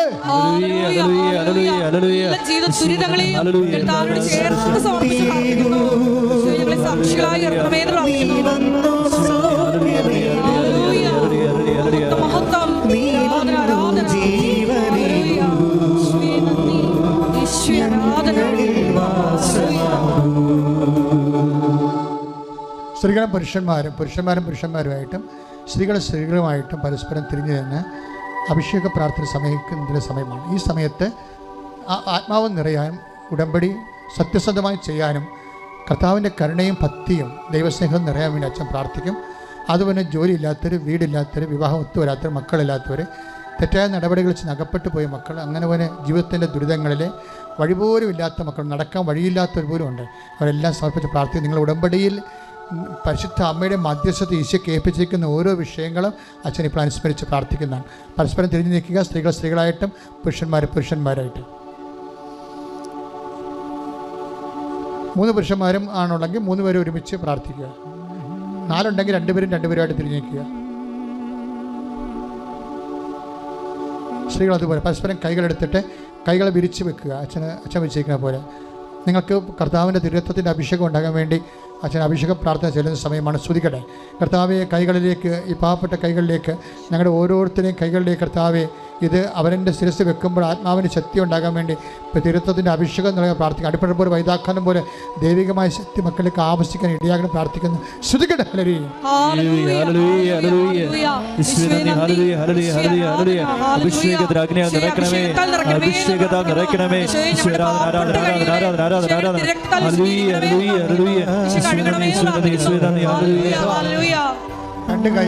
രണ്ട് കൈകളും പ്രാർത്ഥനാ പങ്കാളിയുടെ ശിരസിൽ വെക്കുക. 2 കൈകളും പ്രാർത്ഥനാ പങ്കാളിയുടെ ശിരസിൽ വെച്ചിട്ട് ശക്തമായി സ്തുതിക്കുക. 3 പേരോ 4 പേരോ 2 പേരോ അങ്ങനെ കിട്ടുന്ന ഗ്രൂപ്പ് അനുസരിച്ച് നിന്ന് ശക്തമായി സ്തുതിക്കുക. സ്തുതിപ്പറിയാത്തവരെ വിശ്വാസ പ്രമാണം ചൊല്ലിക്കണം പ്രാർത്ഥിക്കുക. അച്ഛൻ നിങ്ങൾക്ക് എല്ലാവർക്കും അഭിഷേകം ലഭിക്കാനും ഇന്നത്തെ ധ്യാനത്തിൻ്റെ ദൈവികമായ കരുണയും ഭക്തിയും എല്ലാവരിലും നിറയാനും ദൈവത്തിന് നമ്മോട് ഇഷ്ടമുണ്ടാകാൻ വേണ്ടി ദൈവത്തിൻ്റെ സ്നേഹത്താൽ നിറയാൻ വേണ്ടി സ്തുതിക്കട്ടെ. Jesus Christ. ശ്രദ്ധിക്കട്ടെ, എല്ലാവരും ശ്രദ്ധിക്കട്ടെ.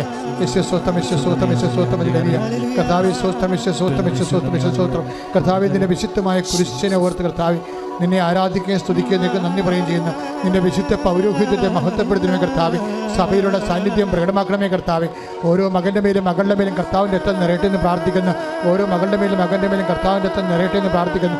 ദൈവത്തിൻ്റെ പരിശുദ്ധാത്മാവ് നിറയട്ടെ. ദൈവത്തിൻ്റെ പരിശുദ്ധാത്മാവ് നിറയട്ടെ.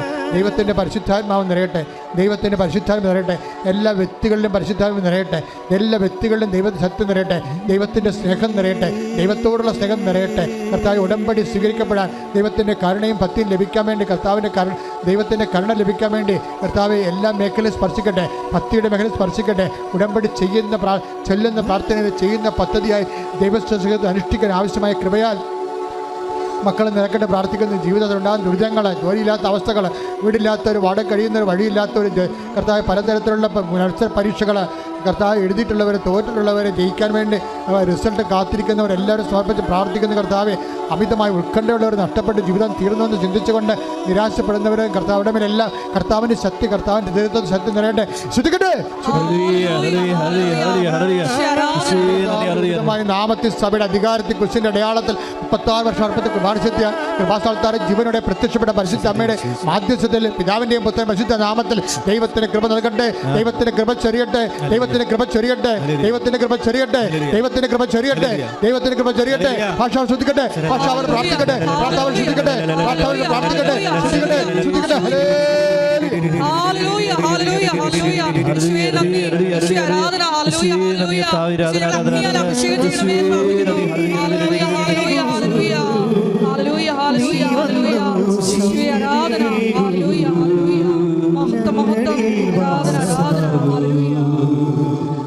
നീ വന്നു ശാന്തിയേകൂ, നീ വന്നു സൗഖ്യമേകൂ, നീ വന്നു ജീവനേകൂ, ഞങ്ങളിൽ വാസമാകൂ.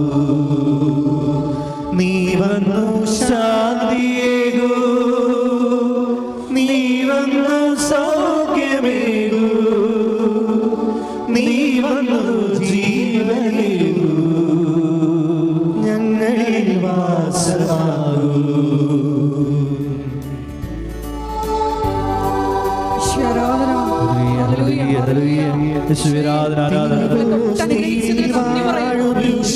ശക്തിപ്പെടുത്തിയതിന് നന്ദി പറയുന്നു. സ്വന്തമാക്കിയതിന് നന്ദി പറയുന്നു. ഹല്ലേലൂയ. ഉരുകുന്ന ഹൃദയത്തിൻ നൊമ്പരങ്ങൾ കരതാരിലേകുന്നു ഞങ്ങൾ. നീ വന്നു ശാന്തിയേകൂ, നീ വന്നു സൗഖ്യമേകൂ,